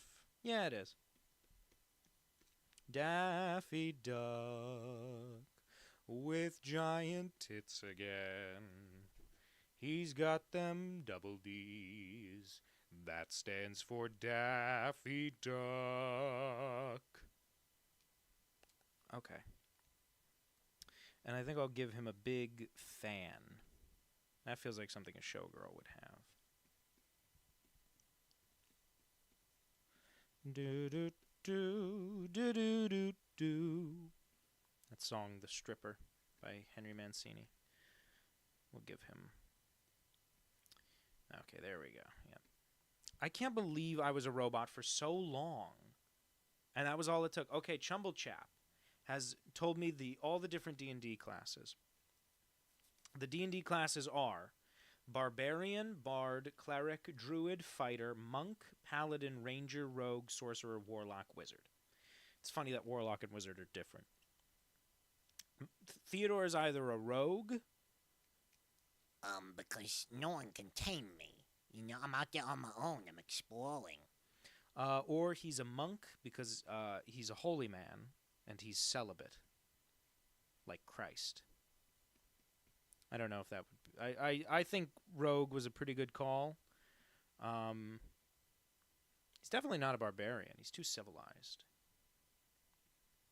You know, he's got a gun, but I don't see him as a violent character. I don't think his schemes ever hurt anyone.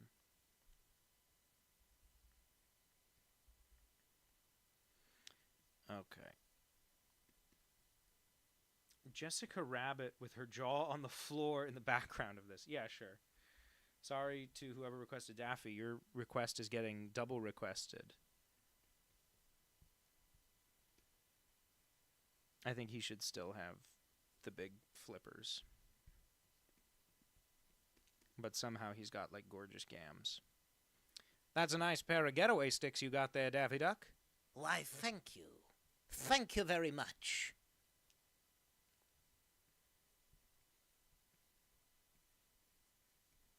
Okay, and then we'll do Jessica Rabbit. And she's looking at him, and she's going, oh my god, I gotta have him. I'm kidding. She would never cheat on Roger. That was a terrible Jessica. Hang on. Try again. If I don't... Fugara. You know, to stream, I should really have to be able to speak like a person. But then again, you all just listen to me talk like a robot for an hour. I can't believe it was that easy to fix. I'm so stupid. Oh, her jaw's got to be on the floor. That was the request.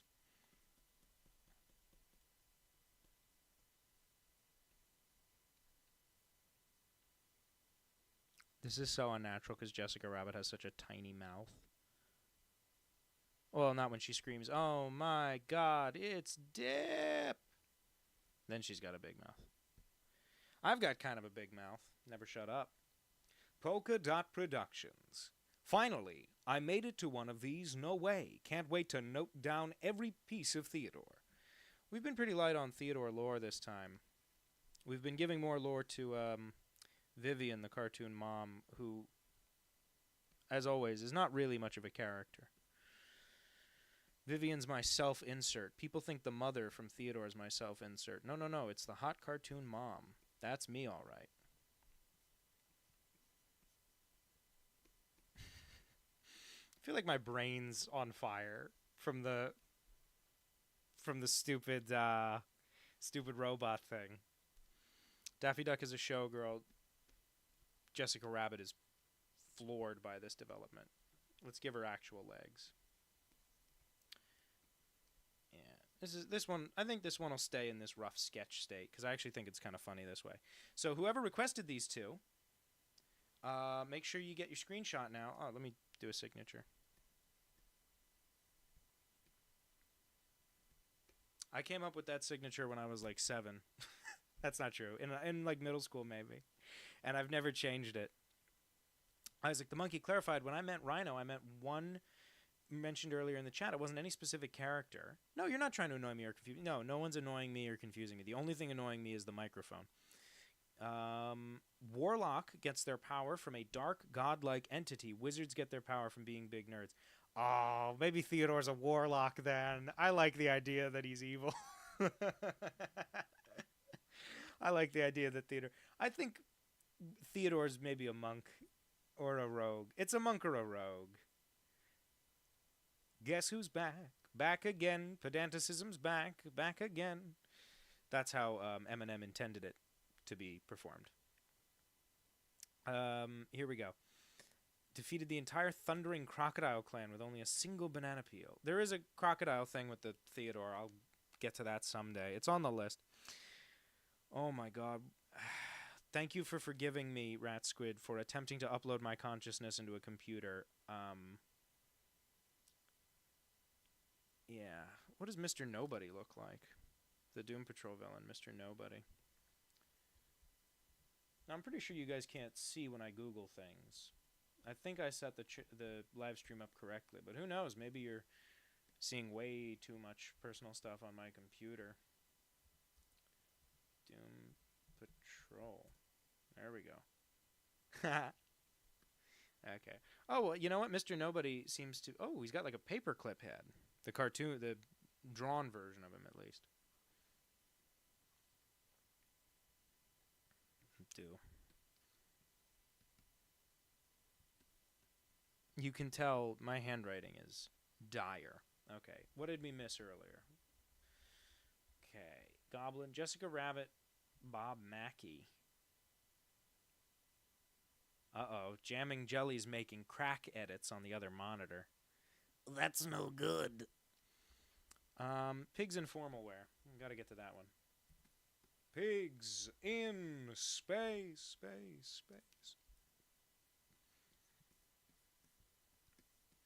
I'm going to start with 2 jelly beans, and these shall become our pigs.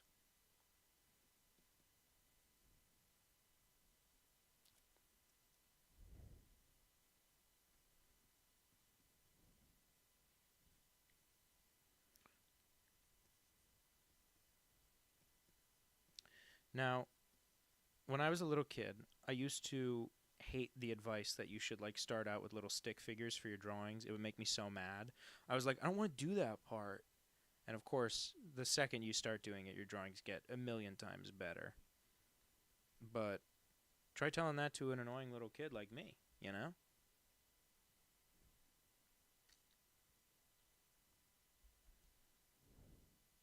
put the monocle on this eye.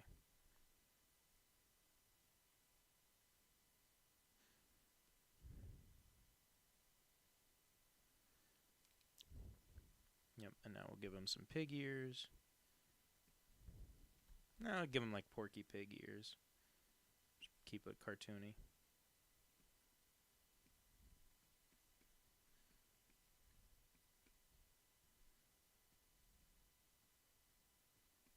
Give him little hairs, because pigs are kind of peach fuzzy when you get up close to them. You guys enjoying hearing my thought process on drawing these pigs in formal wear? Now, if his arm is down here, and then this pig's arm will wrap around it. Okay, I had that close enough to write.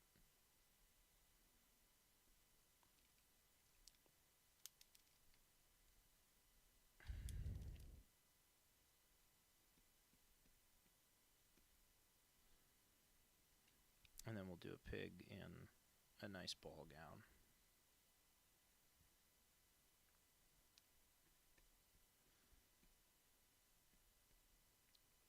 And she's a lady pig, so she's got makeup on, because we keep our gender norms super strict here on the Danny Holt YouTube channel.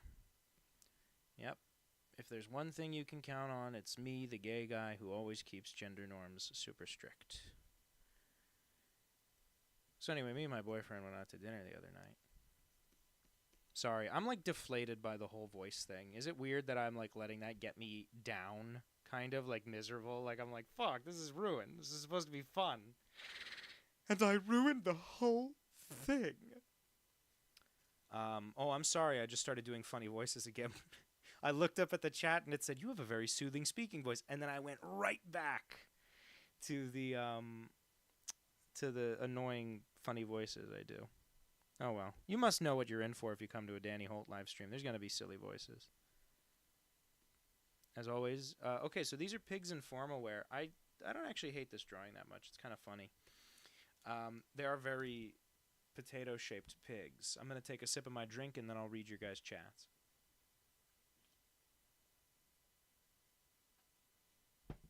I couldn't resist. I needed two sips.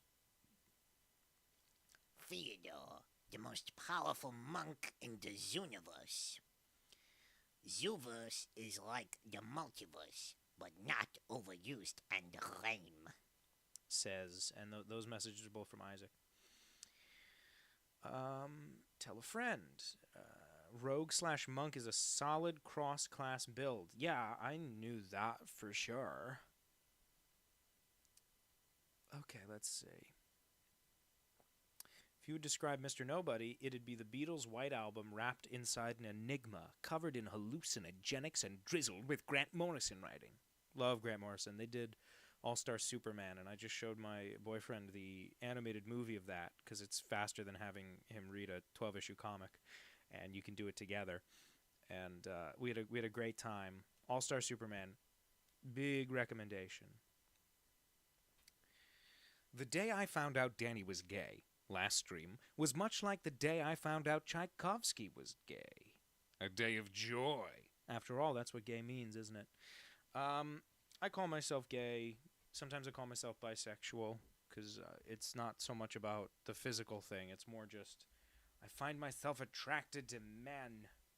But, you know, it's not a biological thing by any means, which I think some people misinterpret bisexual to mean two genders instead of the, sort of options as far as physical sex.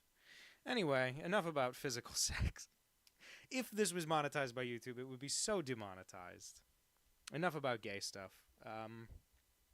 Somebody wanted... There's two different Jessica Rabbits in here, right? Daffy Duck, Mr. Nobody. Yeah, we'll do Mr. Nobody real quick.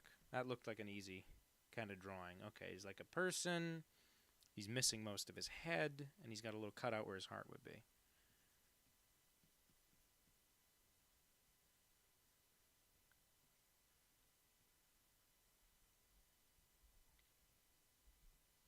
Right? Am I getting his head right? No, he's got two eyes.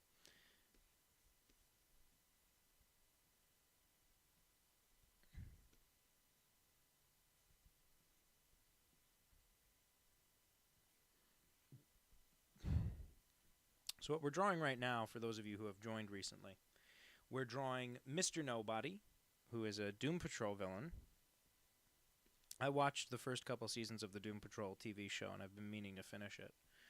But I was watching it back when it was on not Disney Plus, on DC Universe, which was its own streaming service briefly. And I really liked that streaming service because it had all the DC animated movies and shows that I like. It definitely wasn't worth the price of admission, but it also, it had all the comic books on there as well, so you could kind of keep everything in one place, and it was nice. It was a nice streaming service. That was where the Harley Quinn cartoons started. Funny enough, even though it was one of only like 3 original shows on the whole service, I still didn't watch Titans. Good night, Pedanticism. I hope you have a great night too. It was lovely of you to join us. I hope you got a good screenshot of your Pigs in Formal Wear. Here's your chance to grab it if you missed it. And thanks for joining the Discord. If anyone else would like to join the Discord, there's a link in the description. My Patreon is also in the description if you're feeling really cool and sexy. It's only $3 to join my Patreon, but my Discord, absolutely free. And hopefully I'll figure out how to use Discord, and we'll all have a nice time together. Have a good night, Pedantic. Okay. That's enough warthogs for you. There we go. We got Mr. Nobody, Vivian Smelling Flowers, Smug Goldfish, Daffy Duck, Jessica Rabbit. I gotta look up Dita Von Tessie. Whatever that is. Dita Von Tessie. And if anyone else has any extra requests, Rat Squid, if you'd like to request something else, you were very generous. Okay, it looks like Dita Von Tess, or Tessie, however you say it. Looks like a very glamorous showgirl in sort of retro-styled clothing. I'm seeing some old-timey bikini stuff. I'm seeing her in a giant martini glass, and that's got to be the big visual of this, shortly. So, Jessica Rabbit. And she's sort of a Dita Von Tessie, or Tease, or however you say it. So I think that means we'll curl up her hair on the side here. That'll be fun. Give Jessica Rabbit curly hair. There we go. Thank you, Danny Cartoon Man, for feeding my silly Grant Morrison comics addiction. I love Grant Morrison comics. When I was in high school, Grant Morrison did a series of interviews with Kevin Smith, local New Jersey weirdo and beloved icon and man I listened to constantly in high school, Kevin Smith. And so anyway, Grant Morrison, they did this series of interviews with Kevin Smith, and it was really cool, and it was really fun to hear their thoughts on all their work and stuff. And it's a very fun interview, but Grant Morrison's voice was so funny because they have that thick Scottish accent. And they talk about things so seriously, but they have such a sense of humor too. So they were talking about, comic books. It's not that they're, it's not that they're serious. They're not 100% literal. It's that they're opera. That's the thing you have to remember. It's not, you talk about Goldilocks and the Three Bears. It's not literally three bears.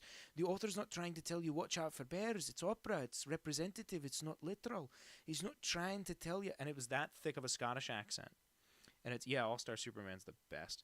But it's that thick of an accent, and it's that tone, and it's that level of seriousness about superheroes, but again with a sense of humor, and then just do it just so earnestly, repeating the phrase, it's opera, it's like opera, which of course in a Scottish accent almost sounds like it's Oprah, but just it would just crack me up, and I would bother my little brother so often. All of my jokes and bits and cartoons are just things I used to do to bother my little brother Ryan, he's one of the funniest people. He's the funniest person I've ever met in my life. Anyway, but the Grant Morrison interview, they just keep going, it's opera, and I love it so much. Hang on. Jay and Silent Bob, Canada Horror Film Comedy, Kevin Smith, Clerks, Kevin Smith. Yeah, the director of Yoga Hosers. I'm glad we're on the same page here. This is a really crummy Jessica Rabbit drawing, so we're actually going to clean it up, which I don't usually do on a stream. But some of them need to get cleaned up. I have to take back these streets from the crime-ridden scum. Grant Morrison almost looks like Lex Luthor because Grant Morrison is hot and Lex Luthor is canonically sexy. I probably shouldn't have just revealed to everyone that I think Lex Luthor is attractive, but there you have it. I've done what I must, and I've said what I said. Let me do the shoulder in front of the hair. That'll look better. But yeah, so I'm glad you heard those exact same interviews. And I also I also love that thing Grant Morrison said about the end of The Killing Joke. To me, that's the only thing that would make The Killing Joke a worthwhile book. I never liked it. Now, granted, I read it when I was like 12, and to me it was just such a miserable, grim book. I didn't enjoy Killing Joke very much at all. As an adult, I can at least appreciate that Alan Moore, as always, put a lot of effort into writing very clever, fun dialogue for it. And I guess I like this, the central idea of it, I think is cool.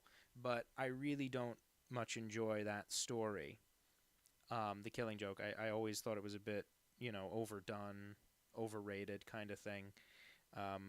And then they made that animated movie of it, and so many people were like, this sucks. And it's like, yeah, you guys kept telling them to make it, and they kept saying it's not long enough, it shouldn't be a movie, and but then they were surprised the movie came out so bad. Could you have done a better job than that? Yeah, you definitely could have, but it was a difficult job to begin with, and between you and me, I don't care much for the writing of Mr. Brian Azzarello, who did the script, and he would, he's not the guy I would pick to do a difficult job. Let's just say that. If you give him a good idea, he can do some good stuff. Or if he's allowed to do his own idea. But I wouldn't hand him a thorny thing that you were trying to update, because, look what he did to Wonder Woman. Anyway, I digress. Enough about comic books, eh? Okay, here we go. The fact Tusk was based on an inside joke on his podcast. Yeah. Oh, I remember listening to that podcast before he made Tusk, and then him saying, I'm going to make a movie out of that, man. And it just feeling so magical to me that someone could just make a movie based on a stupid thing they said with their friends. That was very inspiring. The finished movie of Tusk, I went to see it in a theater when it was out in theaters, and my sister she liked horror movies. I didn't. And I was like, well, I'm going to see a horror movie. You should come. And she was like, oh, I guess I will. And then we took her to see it, and she was like, that was gross, and that was weird, and that was bad, and I didn't like it. And she's really never forgiven me for taking her to see Tusk. She took me to see Grown Ups 2, which I maintain was far more psychologically upsetting. I told her I didn't want to, and then my family dragged me. Like, they literally said, get in the car, we're going somewhere, and they didn't tell me where, and then they said, surprise, we're going to see that movie you didn't want to see. You killjoy. And then we all sat there and nobody laughed, and they were like, maybe you were right. Anyway, here's Jessica Rabbit. Anybody who wanted the Jessica Rabbit Dita Von Tessie or Teese or however you say it, there's your Jessica Rabbit. Here's your chance to take a screenshot. I'll catch up on the chat. And as always, there's a Discord server you can join in the chat, the description. There's a link to a Discord server. You're all welcome to join. Let's see. You know what? If you're going to be vulnerable like that, now I have to too. You know who I think is really hot from comic books? Gyro Zappelli from Steel Ball Run. Maybe I'll do you a drawing of Gyro Zappelli when I look up what that is. Nope, I just accidentally opened the 3D printing thing on my computer. Oh, man. Gyro Zappelli. Gyro Zappelli? Oh, okay. All right, I guess Now, are the green lips always there, Rat Squid? Can you tell me, are the green lips always on this Gyro Zappelli character? Because what I'm seeing a person who looks pretty attractive in some of these drawings, but then does seem to have green lips and a big hat. Sorry, you did ask for Milk Girl, Rat Squid, and you will receive your Milk Girl. Let's see now. Alan Moore actually likes superheroes. He just hates the commercialization of it. His favorite is Superman. That's very true, Isaac the Monkey. It always breaks my heart. it always breaks my heart what they did to Alan Moore, you know. And I always think about, even from the greedy perspective of business people, if DC Comics had just been good to Alan Moore and not screwed him over, they could have had 1,000 more great Alan Moore ideas, you know, 1,000 great Alan Moore stories or whatever. And instead they screwed him out of Watchmen because they were like, well, we have to keep it forever. And it's so indicative of the mentality, you know, of these comic books, that instead of going like, oh, Watchmen's out, what a great wake-up call, we can do whatever we want. You know, this really opened the gates. We can do anything. Instead, it's like, you know, that's the special comic book. And we can only do, you know, that's the one special one. And I think that's such a bummer, you know, because it's like I don't know. It's just, to me, it's very much like with these, you know, the reboots of everything and IP. And it just kind of feels like,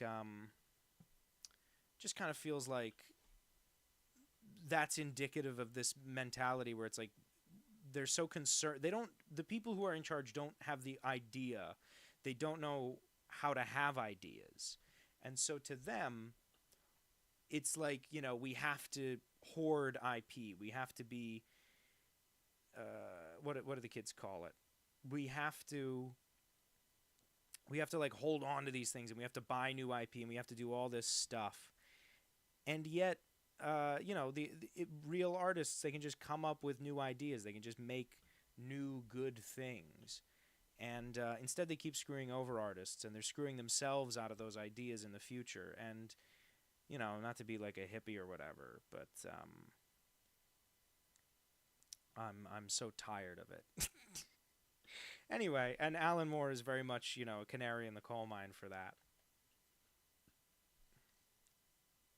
Okay, Milk Girl, from milk outside a bag of milk outside a bag of milk.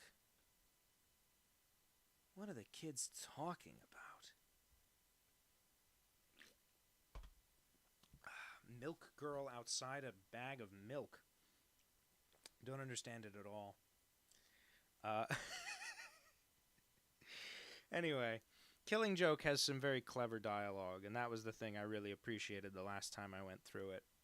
Somebody asked for Peter Griffin and Donald Duck. Let's see. Oh, let's see. Gabriel sent me a doodle. Aw, Gabriel sent me a doodle of Theodore, the koala, inside of a 20-sided, you know, D&D style die. That was really cool. I'll see if I can pull it up in real time. See how well that works out for me. But thank you, Gabriel. That's really cool. Sorry. Okay, someone wanted Peter Griffin and Donald Duck. And it's just that kind of night.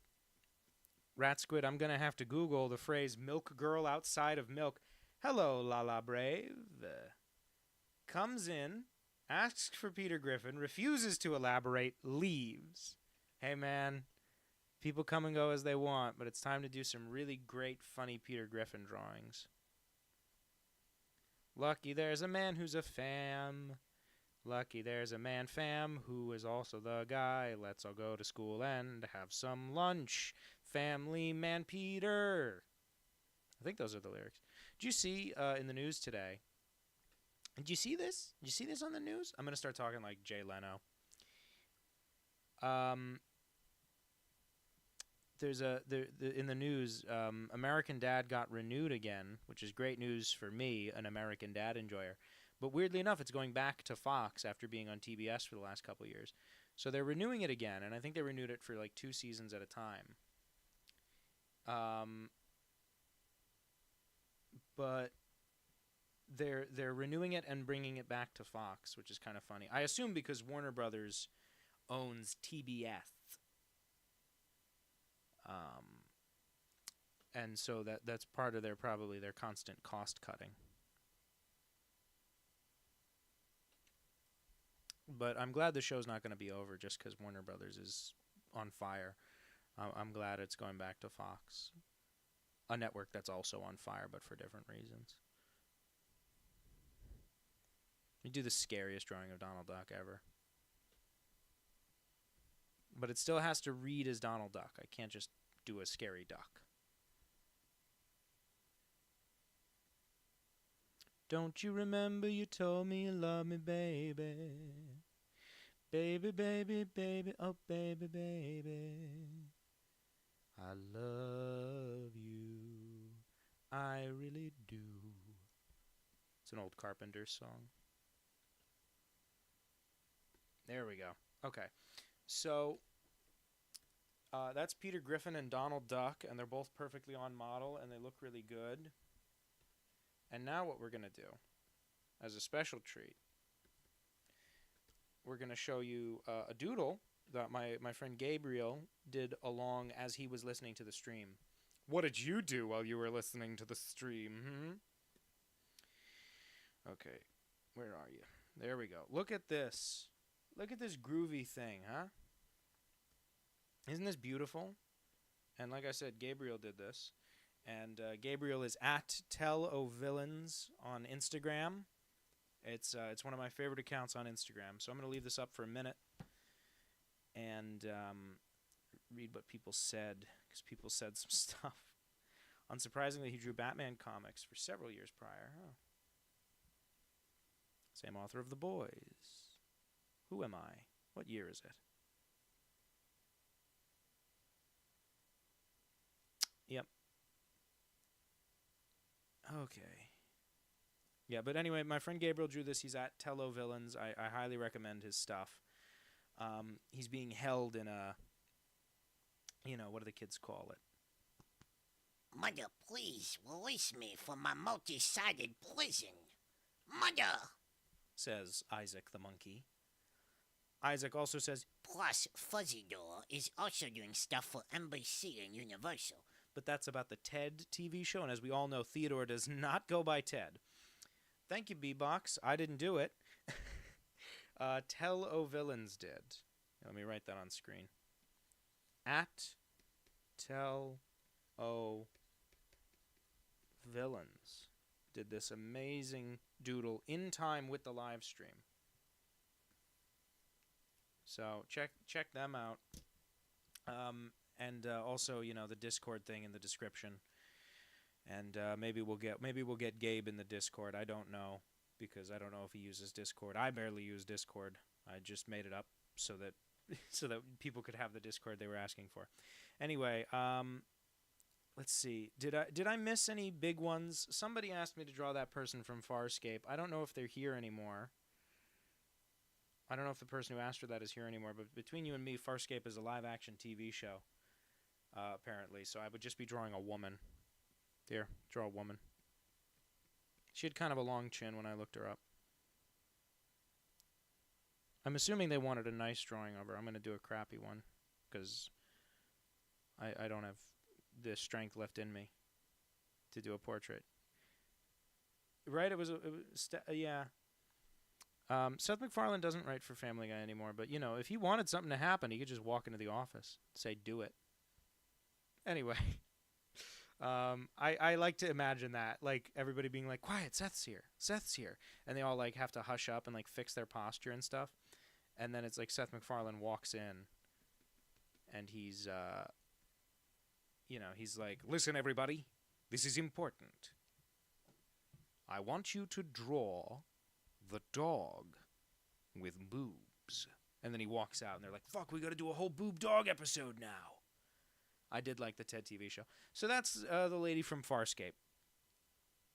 Pretend that's the lady from Farscape. I'm sorry about that. I looked her up, and she's a very pretty woman, and I was like, you know what? Hang on, let me fix this a little. I can do a little better than this. She should be more serious, actually. I think I got her forehead right. Got kind of a... Oh, yeah, Gabe, you'd do great in the Discord, because you have so many great drawings to share. I'd love to get more people following you. Yeah, her nose actually kind of goes in like that, yeah. No, that actually looks like she has to go to the bathroom.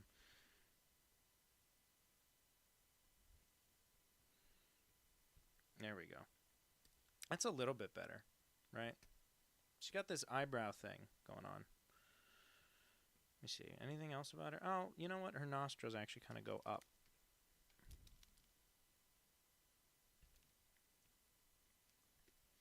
That's something. I was just going to erase her eyebrows and her nose, and that would have been the improvement. Rat Squid. That would have been it. Vincier? I'm sorry it's not as good of a drawing. It's, doing a caricature in real time can be a little dull, but if you'd like something... if you'd like something cartoonier, I'll do that real quick for you. Rat Squid, I didn't understand a word of that milk girl thing you asked for. Was it to be a girl made of milk? Or was because it said milk girl outside of milk jug? Is that something I have to Google? You let me know. Seth MacFarlane does not write for American Dad anymore, but he almost never wrote for it. Hi, Jarvis. How you doing? Jarvis Bailey, a very talented voice actor, just popped in here to say hello. Hi, Jarvis. You're very cool. I like your stuff a lot. We did a Christmas video together, if people haven't seen it.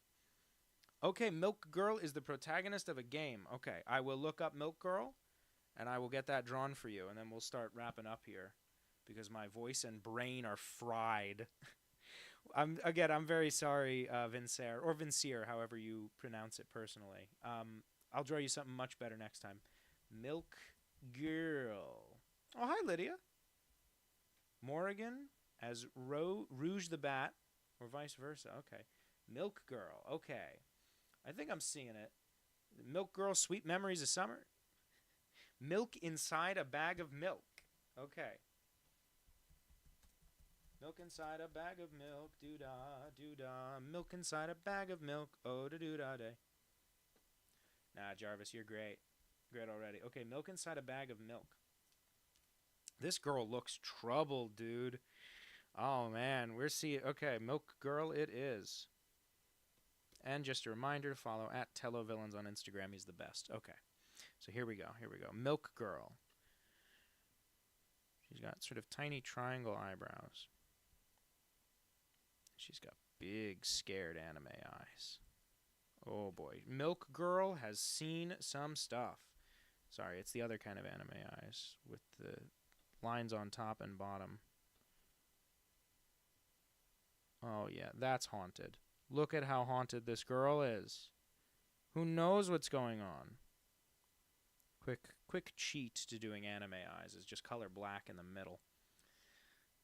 Holding back the urge to ask for Professor Incorrigible from the Venture Brothers. I gotta do Rouge the Bat first, apparently. Or Morrigan as Rouge the Bat first. Okay. And she's got little tiny anime nose. And then her mouth. Oh, she is haunted, this girl. I am drawing a haunted milk woman. I love her hair, though. She's got cool hair. I hope I do it right. That actually looks like Starfire.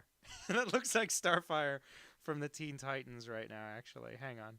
Just real quick. Doesn't that look like Starfire?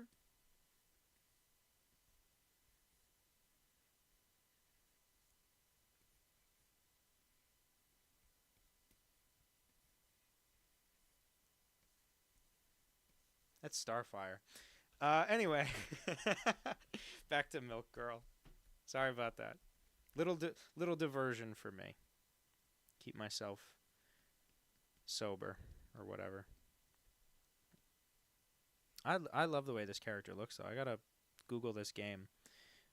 My brother and I played... Netflix is trying that thing where they put video games on there. And we tried one of those, like, cool kid indie games, because we're both pretty basic bitches when it comes to video games. So we're like, we'll try this, and it was called, like, what is it, like Never Far Gone or something. Something like that. And it was, it was something like that. And it just, I don't remember what. Oh, it was like a little girl, and she's like, I can't find my parents. Let me explore the town. And like the whole town is like haunted, and it's all these puzzles, and I don't know. And we get to the end, and it's a very ambiguous ending, and we're like, well, let's see what people think it means. And everyone online was like, well, we think it's about the dad killing the daughter or the dad killing the mom, and then the daughter's like haunted by it.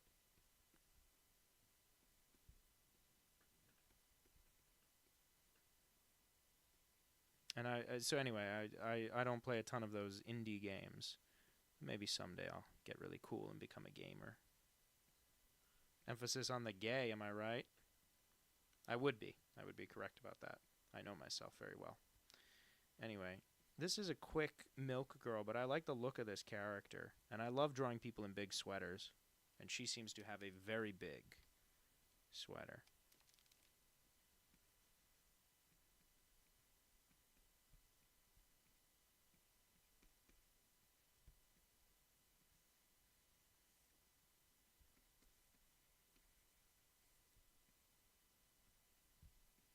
Give it a little heart because I love Rat Squid. So Rat Squid, here's your chance to take a screenshot of your beautifully drawn Milk Girl. And then I got to do that Rouge the Bat thing. Morrigan as Rouge the Bat. And then Professor Incorrigible. Someone has written Theodore, but he's a drop bear, a joke cryptid from Australia that's described as omnivorous and giant koala that attacks non-Australians. It drops from the trees and is the size of a grizzly. That sounds like Theodore already. Oh, thank you. I'm sorry, I didn't draw the logo on her shirt. Yeah, okay. So it's like the cross-out symbol, but it continues through. There we go.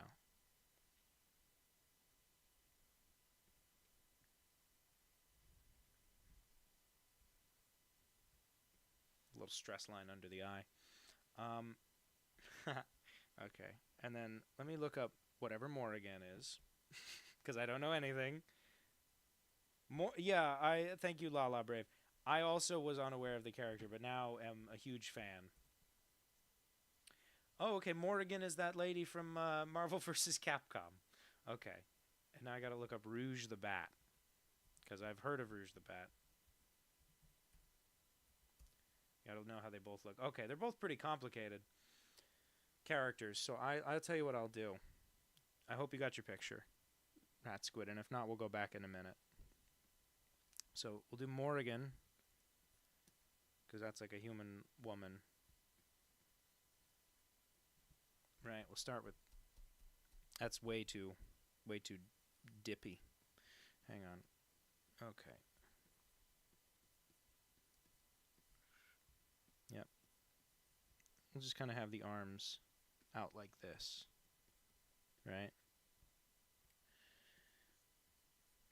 Now, in the chat, Rat Squid says, Milk Girl has schizophrenia, depression, and anxiety, and we love her for it. Sounds a lot like my dad. I'm kidding. My dad was bipolar. He didn't have schizophrenia.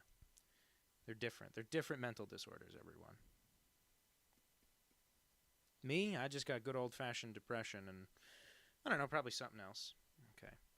So I'm going to give her the outfit of Rouge the Bat.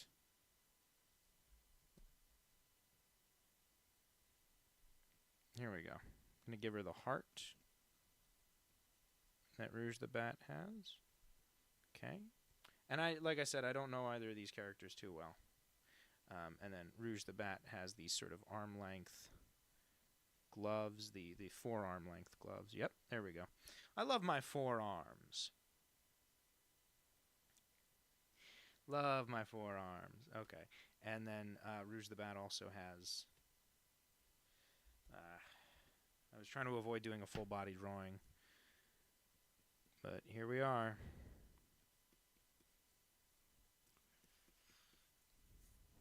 Okay, there we go. And then she's got hearts right here. That leg warmer. Oh, no, the hearts are on her feet. Oh, I'm so simple-minded. Okay, and then little bat wings. And then the human woman has bangs and some manner of horn, I believe. Oh no, stop it. Oh no, stop it. A YouTube video. Stop it. Stop it. Whew. A YouTube video. A YouTube video started playing entitled "Is Rouge the Bat Latina? A Lawyer's Analysis."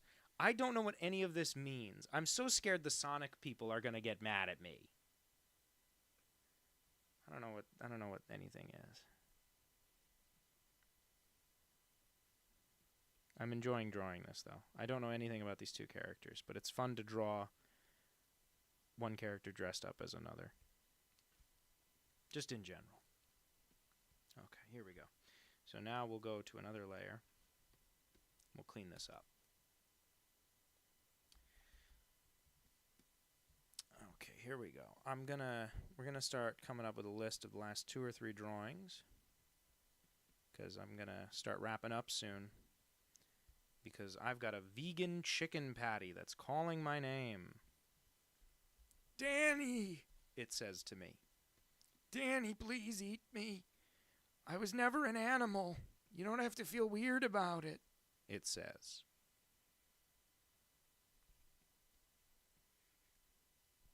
There we go. Now we're getting somewhere with this.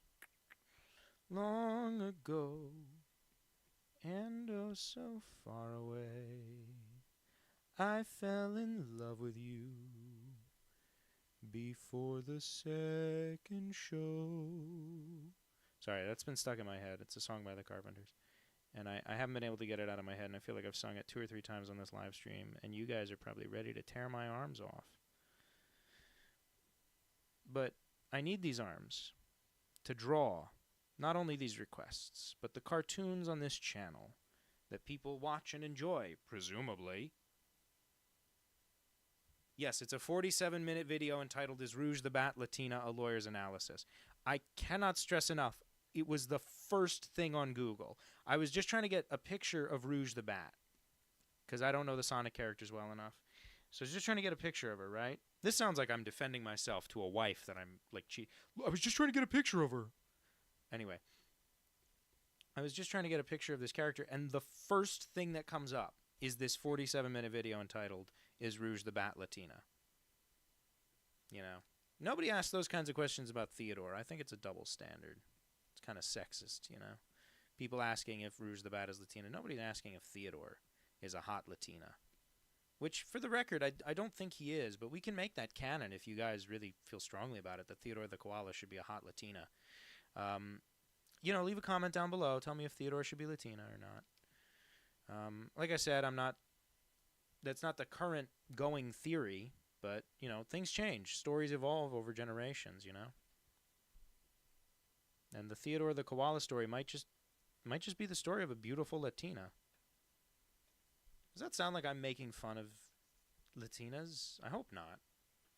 I hope everybody knows that I harbor no ill will towards Latinas or the people who make 47-minute long videos trying to guess if cartoon bats are those Latinas. It's weird. I do kind of understand what a video like that is asking, though, because, like, there are certain characters who are animals or aliens or whatever, but they're clearly intended to be coded as a particular race. And some of them, it's not the original intention, but it ends up happening over time. Like, the Martian Manhunter in DC Comics is basically a black character at this point, despite the fact that he is, you know, green and a shapeshifter. And back in the 40s, when he had a secret identity and pretended to be a human, it was a white guy, but all the superheroes were, because the Justice League animated series cast a black actor to play him, Carl Lumbly, and Carl Lumbly's parents were, I believe, Caribbean immigrants, and so he kind of used that accent to play the character, affecting more of a Caribbean accent. And he gave that accent to J'onn J'onzz, the Martian Manhunter, and that was just such a great version of that character that in a lot of adaptations since, including the Supergirl TV show, which had Carl Lumbly on as a relative of Martian Manhunter, and the Zack Snyder movies, they've all kind of done Martian Manhunter as a black character, which I think is cool. So is Rouge the Bat a Latina? I don't know. But maybe this character is. Maybe Morrigan, I think it was. There we go. So, I think Lydia asked for this. So this is Lydia's fault, everybody. If you want to blame Lydia. Lydia, oh Lydia, that encyclopedia. Lydia, the tattooed lady. Hello, Trevor Iyer. I'm singing now.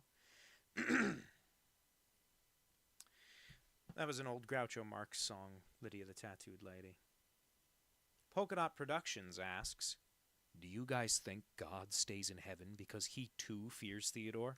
I fear Theodore, and that's why I stay the hell out of here. So Theodore's a drop bear now, apparently, the fictional cryptid.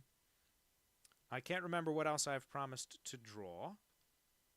Rouge the Bat, but this is Morrigan as Rouge the Bat. That was the last request, and I believe it was from Lydia.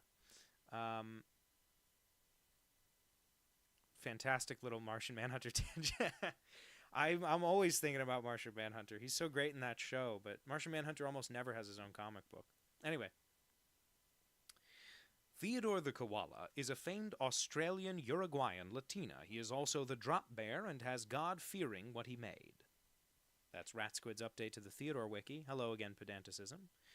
And let's see. We're almost wrapping up here. Jarvis Bailey said Robin. So I don't know if that was a request to draw Robin, but we've got Robin and Professor Incorrigible. I'll do Robin real quick because I can do Robin off the top of my head. You want a Teen Titans Robin or like a 1960s Robin? I'll start a Teen Titans Robin because I think that's what people usually want. And if not, we'll turn him into the 60s. I gotta go back and watch the rest of the stream. Nah, Trevor, you're good. We had an audio issue for the first hour of this where I sounded like a robot, and I kept changing settings and asking people, did I fix it? And they kept saying, no, you didn't. And I kept screaming. There's clips of me screaming in this stream. Screaming at the top of my lungs. And anyway, long story short, I've fixed it, and now it sounds like this. Oh, okay, you were just saying Robin because of Starfire. Well,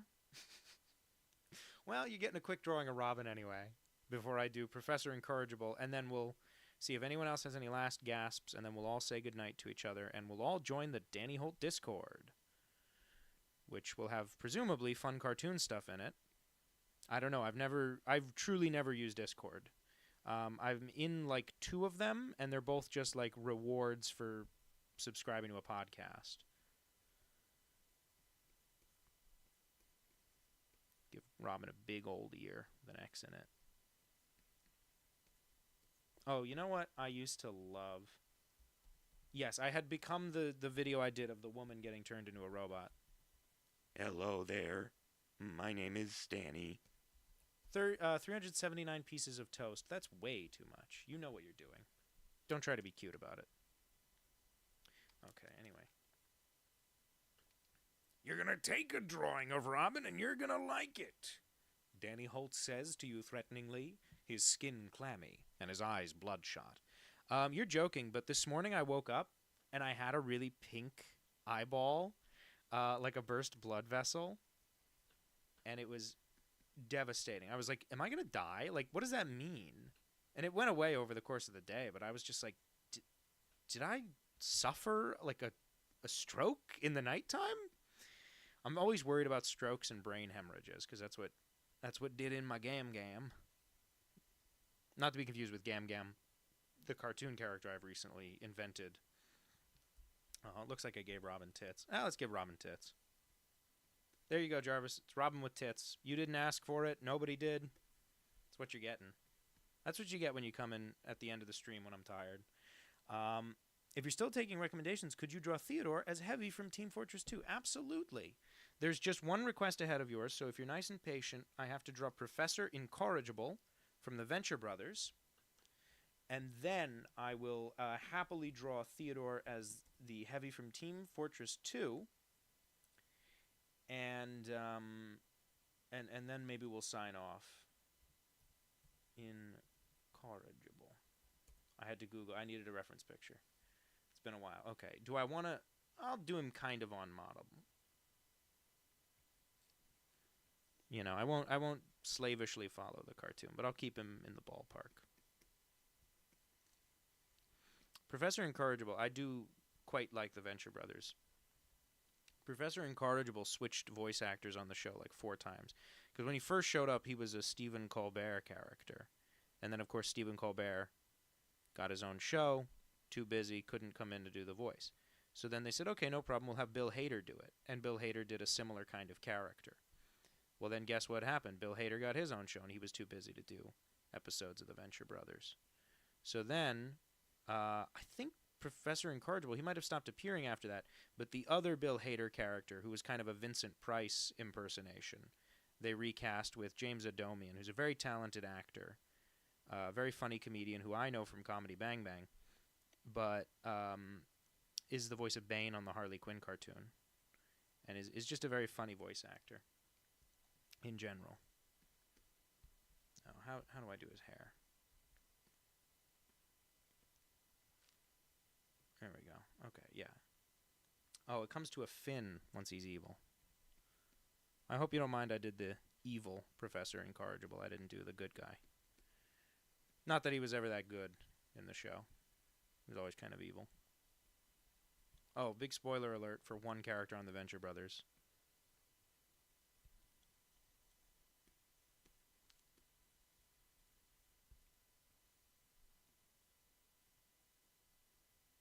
One thing I loved about the Venture Brothers was that even though it was hand-drawn, and it always looked hand-drawn,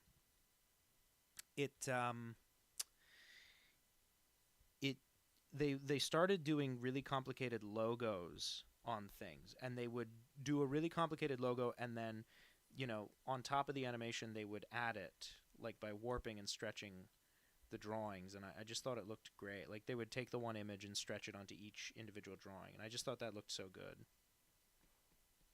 for, like, complicated logos and things, and it enabled them to do more complex designs. Here we go. That's your Professor Incorrigible Polka Dot Productions. If you'd like to get a quick screenshot of that. Oh, Venture Bros is great. I'm with you, Jarvis. That's such a good show. I love Venture Brothers, and I love the way it looks. Nothing else is that nicely drawn. I mean, it's just so great. And then we're going to do Theodore as the Heavy from Team Fortress 2, and then we'll wrap up after that, I think. But first, I have some questions in the chat. Speaking of Danny's Discord, this is from Pedanticism. I've showed a bunch of stories in there, and you will read them or else. That's a threat. Okay, well, when I'm done with this and I have time to check out the Discord, I definitely will.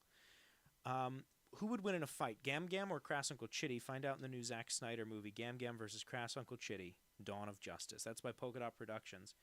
Gam Gam would have to win because good must conquer evil, and Crass Uncle Chitty is unambiguously an evil, evil man. Trevor Iyer, I am drawing right now in Toon Boom Harmony, which is an animation app, and I'm just using it to draw for convenience sake. Okay, let's see. Sorry for repeating trivia you already know, Polka Dot Productions, but Rat Squid says, this is Theodore the Koala as the Heavy in Team Fortress 2. It cost $400,000 for... I can't even read it. I'm so stupid. Sorry, everybody. It cost $400,000 to fire this weapon for 12 seconds. $400,000. I love seeing people write the Theodore speak. Like when people type it out in comments or stuff. It always makes me laugh because his accent is so weird and inconsistent that sometimes, you know, and a lot of it, without getting too boring and technical about the voice, Theodore has a French accent. Which is a little bit of, you know, hello, how do you say the French accent, no? But it's really dialed down, and over time, he's become more and more Jersey, sort of a Tony Soprano, New Jersey accent. Hey, Bubba Cakes, how are you doing? You know, that kind of thing. And that aspect of him has gotten emphasized over time. He can't say the letter L. He has a lazy L. Which is where you swallow the letter L. You know, like Carl Weezer. Lamas. You know, hang on. Jimmy's mom. like that's swallowing the L thing. Theodore does that, but he also does it on the letter R. So he can't say L or R. He has kind of a French accent, kind of a New Jersey accent, and he's also he's a little inconsistent with things. So like mother, one of the words he says the most often is The mother. right. So that's Mudddah, you know. Mother. But then sometimes it's Mother. with a V, and other times it's Mother. so it can be what it needs to be for the sentence to make sense, you know? Like if it'll sound better for him to say mother with a V instead of mother with the two D's, then I will change it. And so his accent kind of morphs based on what it needs to be. Here, let me just sketch in the shape of his body.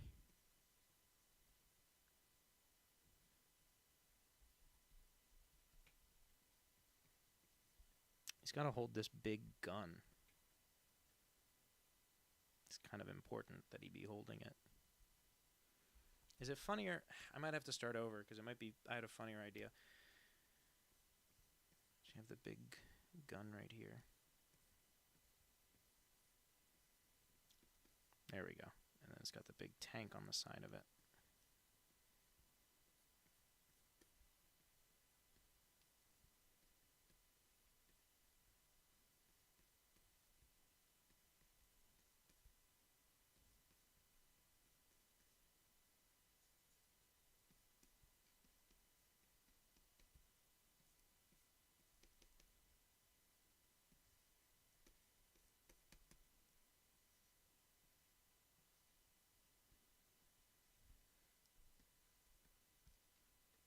I'm sure some of you have already successfully guessed where I'm going with this, but that's okay because you came here to listen to me talk and watch me draw and such things.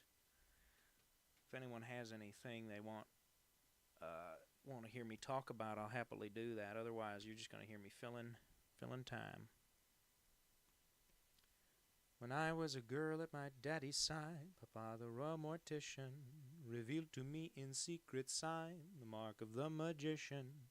And Daddy was no dummy, did outrageous things with a mummy, and often the stiffs that he would shrive looked better dead than they did alive. I studied well, I learnt the trade, I thought my looks would never fade. If I could find that recipe to bring eternal youth to me, it was always my ambition to use Papa's tuition and gain some small remission from the vagaries of time. Every little ray of sunshine robs me of my youth.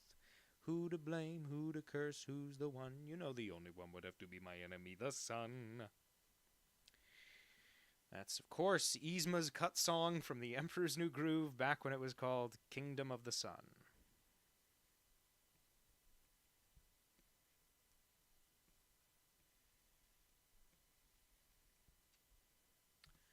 Okay, here we go. Oh, I like that. That's one of those songs that I memorized years ago, and it'll just always be in my head.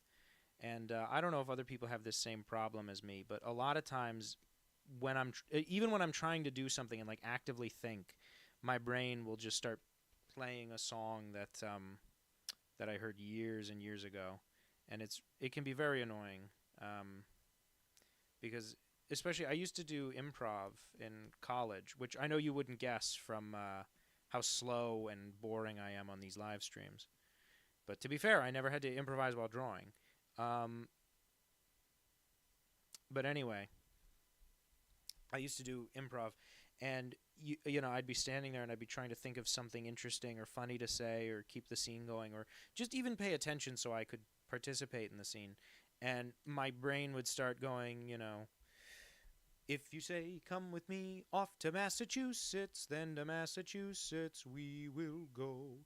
We will buy dishes there, maybe even 2 sets. Buy the finest china, then we'll dine a while on crepe Suzettes. Off to Massachusetts, yes, we're off to where the shops are sweet. Anyway, I'm a little brain dead. But that's okay, everybody. We're not here to, you know, hear Danny Holt be smart. That's frankly not going to happen anywhere. We're here to watch him draw cartoons and do funny voices. I'm glad you found the insight into the voice interesting, Jarvis. There's, it's hard sometimes to intellectualize something like that. Just because, what do the kids call it? Because so much of it is based on the instinctiveness of doing a voice. It's like when I do my stupid Captain Hook impression that I enjoy doing so much. It's like I just started doing that because it was, I watched that movie a million times as a kid, and I knew what he sounded like, and I would try my best to imitate that. But now if somebody was like, hey, can you tell me how to do that voice, it's a little harder. And so when I try to intellectualize something, especially something like Theodore where I just made it up, it's kind of hard to explain sometimes. But I'm glad it came across semi-coherent just now.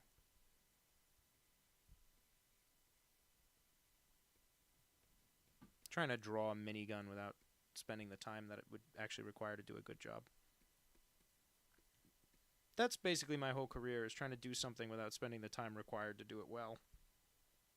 That's what we call half-fast. It's half-assed and it happened fast. Okay, so this is Theodore as the heavy.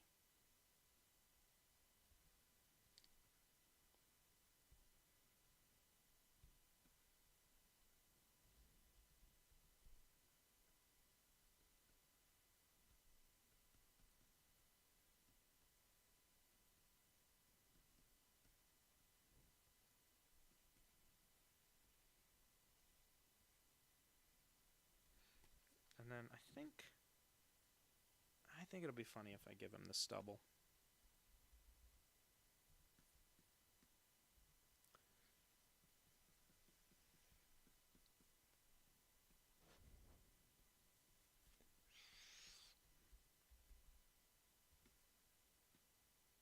Okay. I actually really like that one.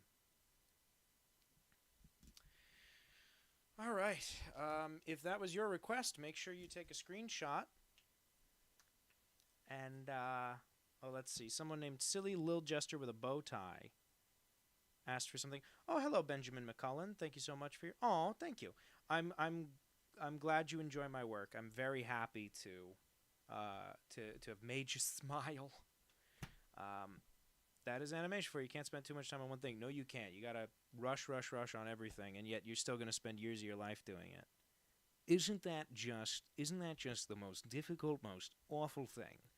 That's kind of an Alan Alda, but not really. It's my bad version of Bill Hader's good Alan Alda. Anyway. Well, Rat Squid, I don't know enough country and rap. I know Mama Tried by Merle Haggard. Maybe I'll sing Mama Tried while I draw, what is this? Draw Sahid from Marionetta. Well, I'll tell you what, I don't know what that is. Hopefully the person got their screenshot of Theodore, but I will do my absolute best to draw it in 5 minutes. Okay, Okay, this appears to be some manner of attractive pirate with a third eyeball and lots of earrings. Let's do it. Let's draw Sahid, I think it said, from Marionetta. Here we go. Fast as we can.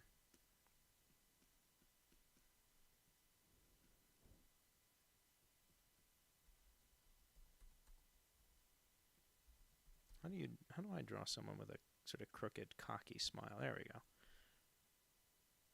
Oh yeah, there we go. These are eyeballs we're giving him, and then of course third eyeball.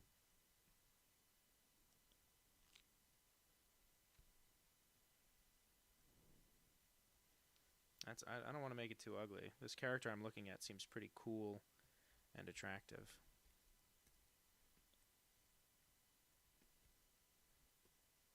You know what I think part of it is? I'm not getting the shape of the third eye right. That's what I'm missing from these other drawings. The third eye is sort of half closed and sexy, just like the other eyes. Yeah, there we go. Oh, some guy liner, or just regular eyeliner, because I don't know this character, and I don't know their gender. Okay, and is this hair... I wouldn't call it a middle part.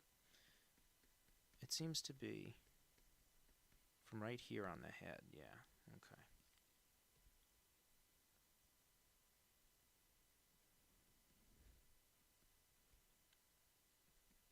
Okay, I hope this is coming out okay, silly little jester.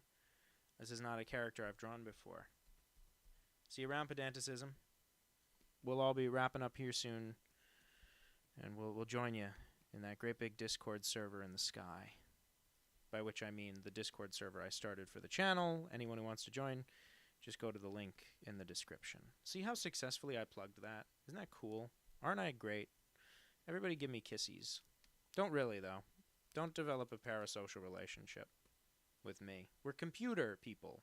Some of you are computer friends. Most of you are computer viewers. Just sort of strangers who enjoy my work. And that's good. It's good to just be a fan. Some of you, though, are my little internet friends. And if you want to develop a parasocial relationship with me, go to the Discord server, where I will have no choice but to probably kick a bunch of people out, because I don't know how it works, and I'll probably get self-conscious and fire everyone. Oh, I'm making him look a little too gremlin-y. He's hot. I don't know if I captured the sort of swagger energy I saw in the few pictures that I looked at.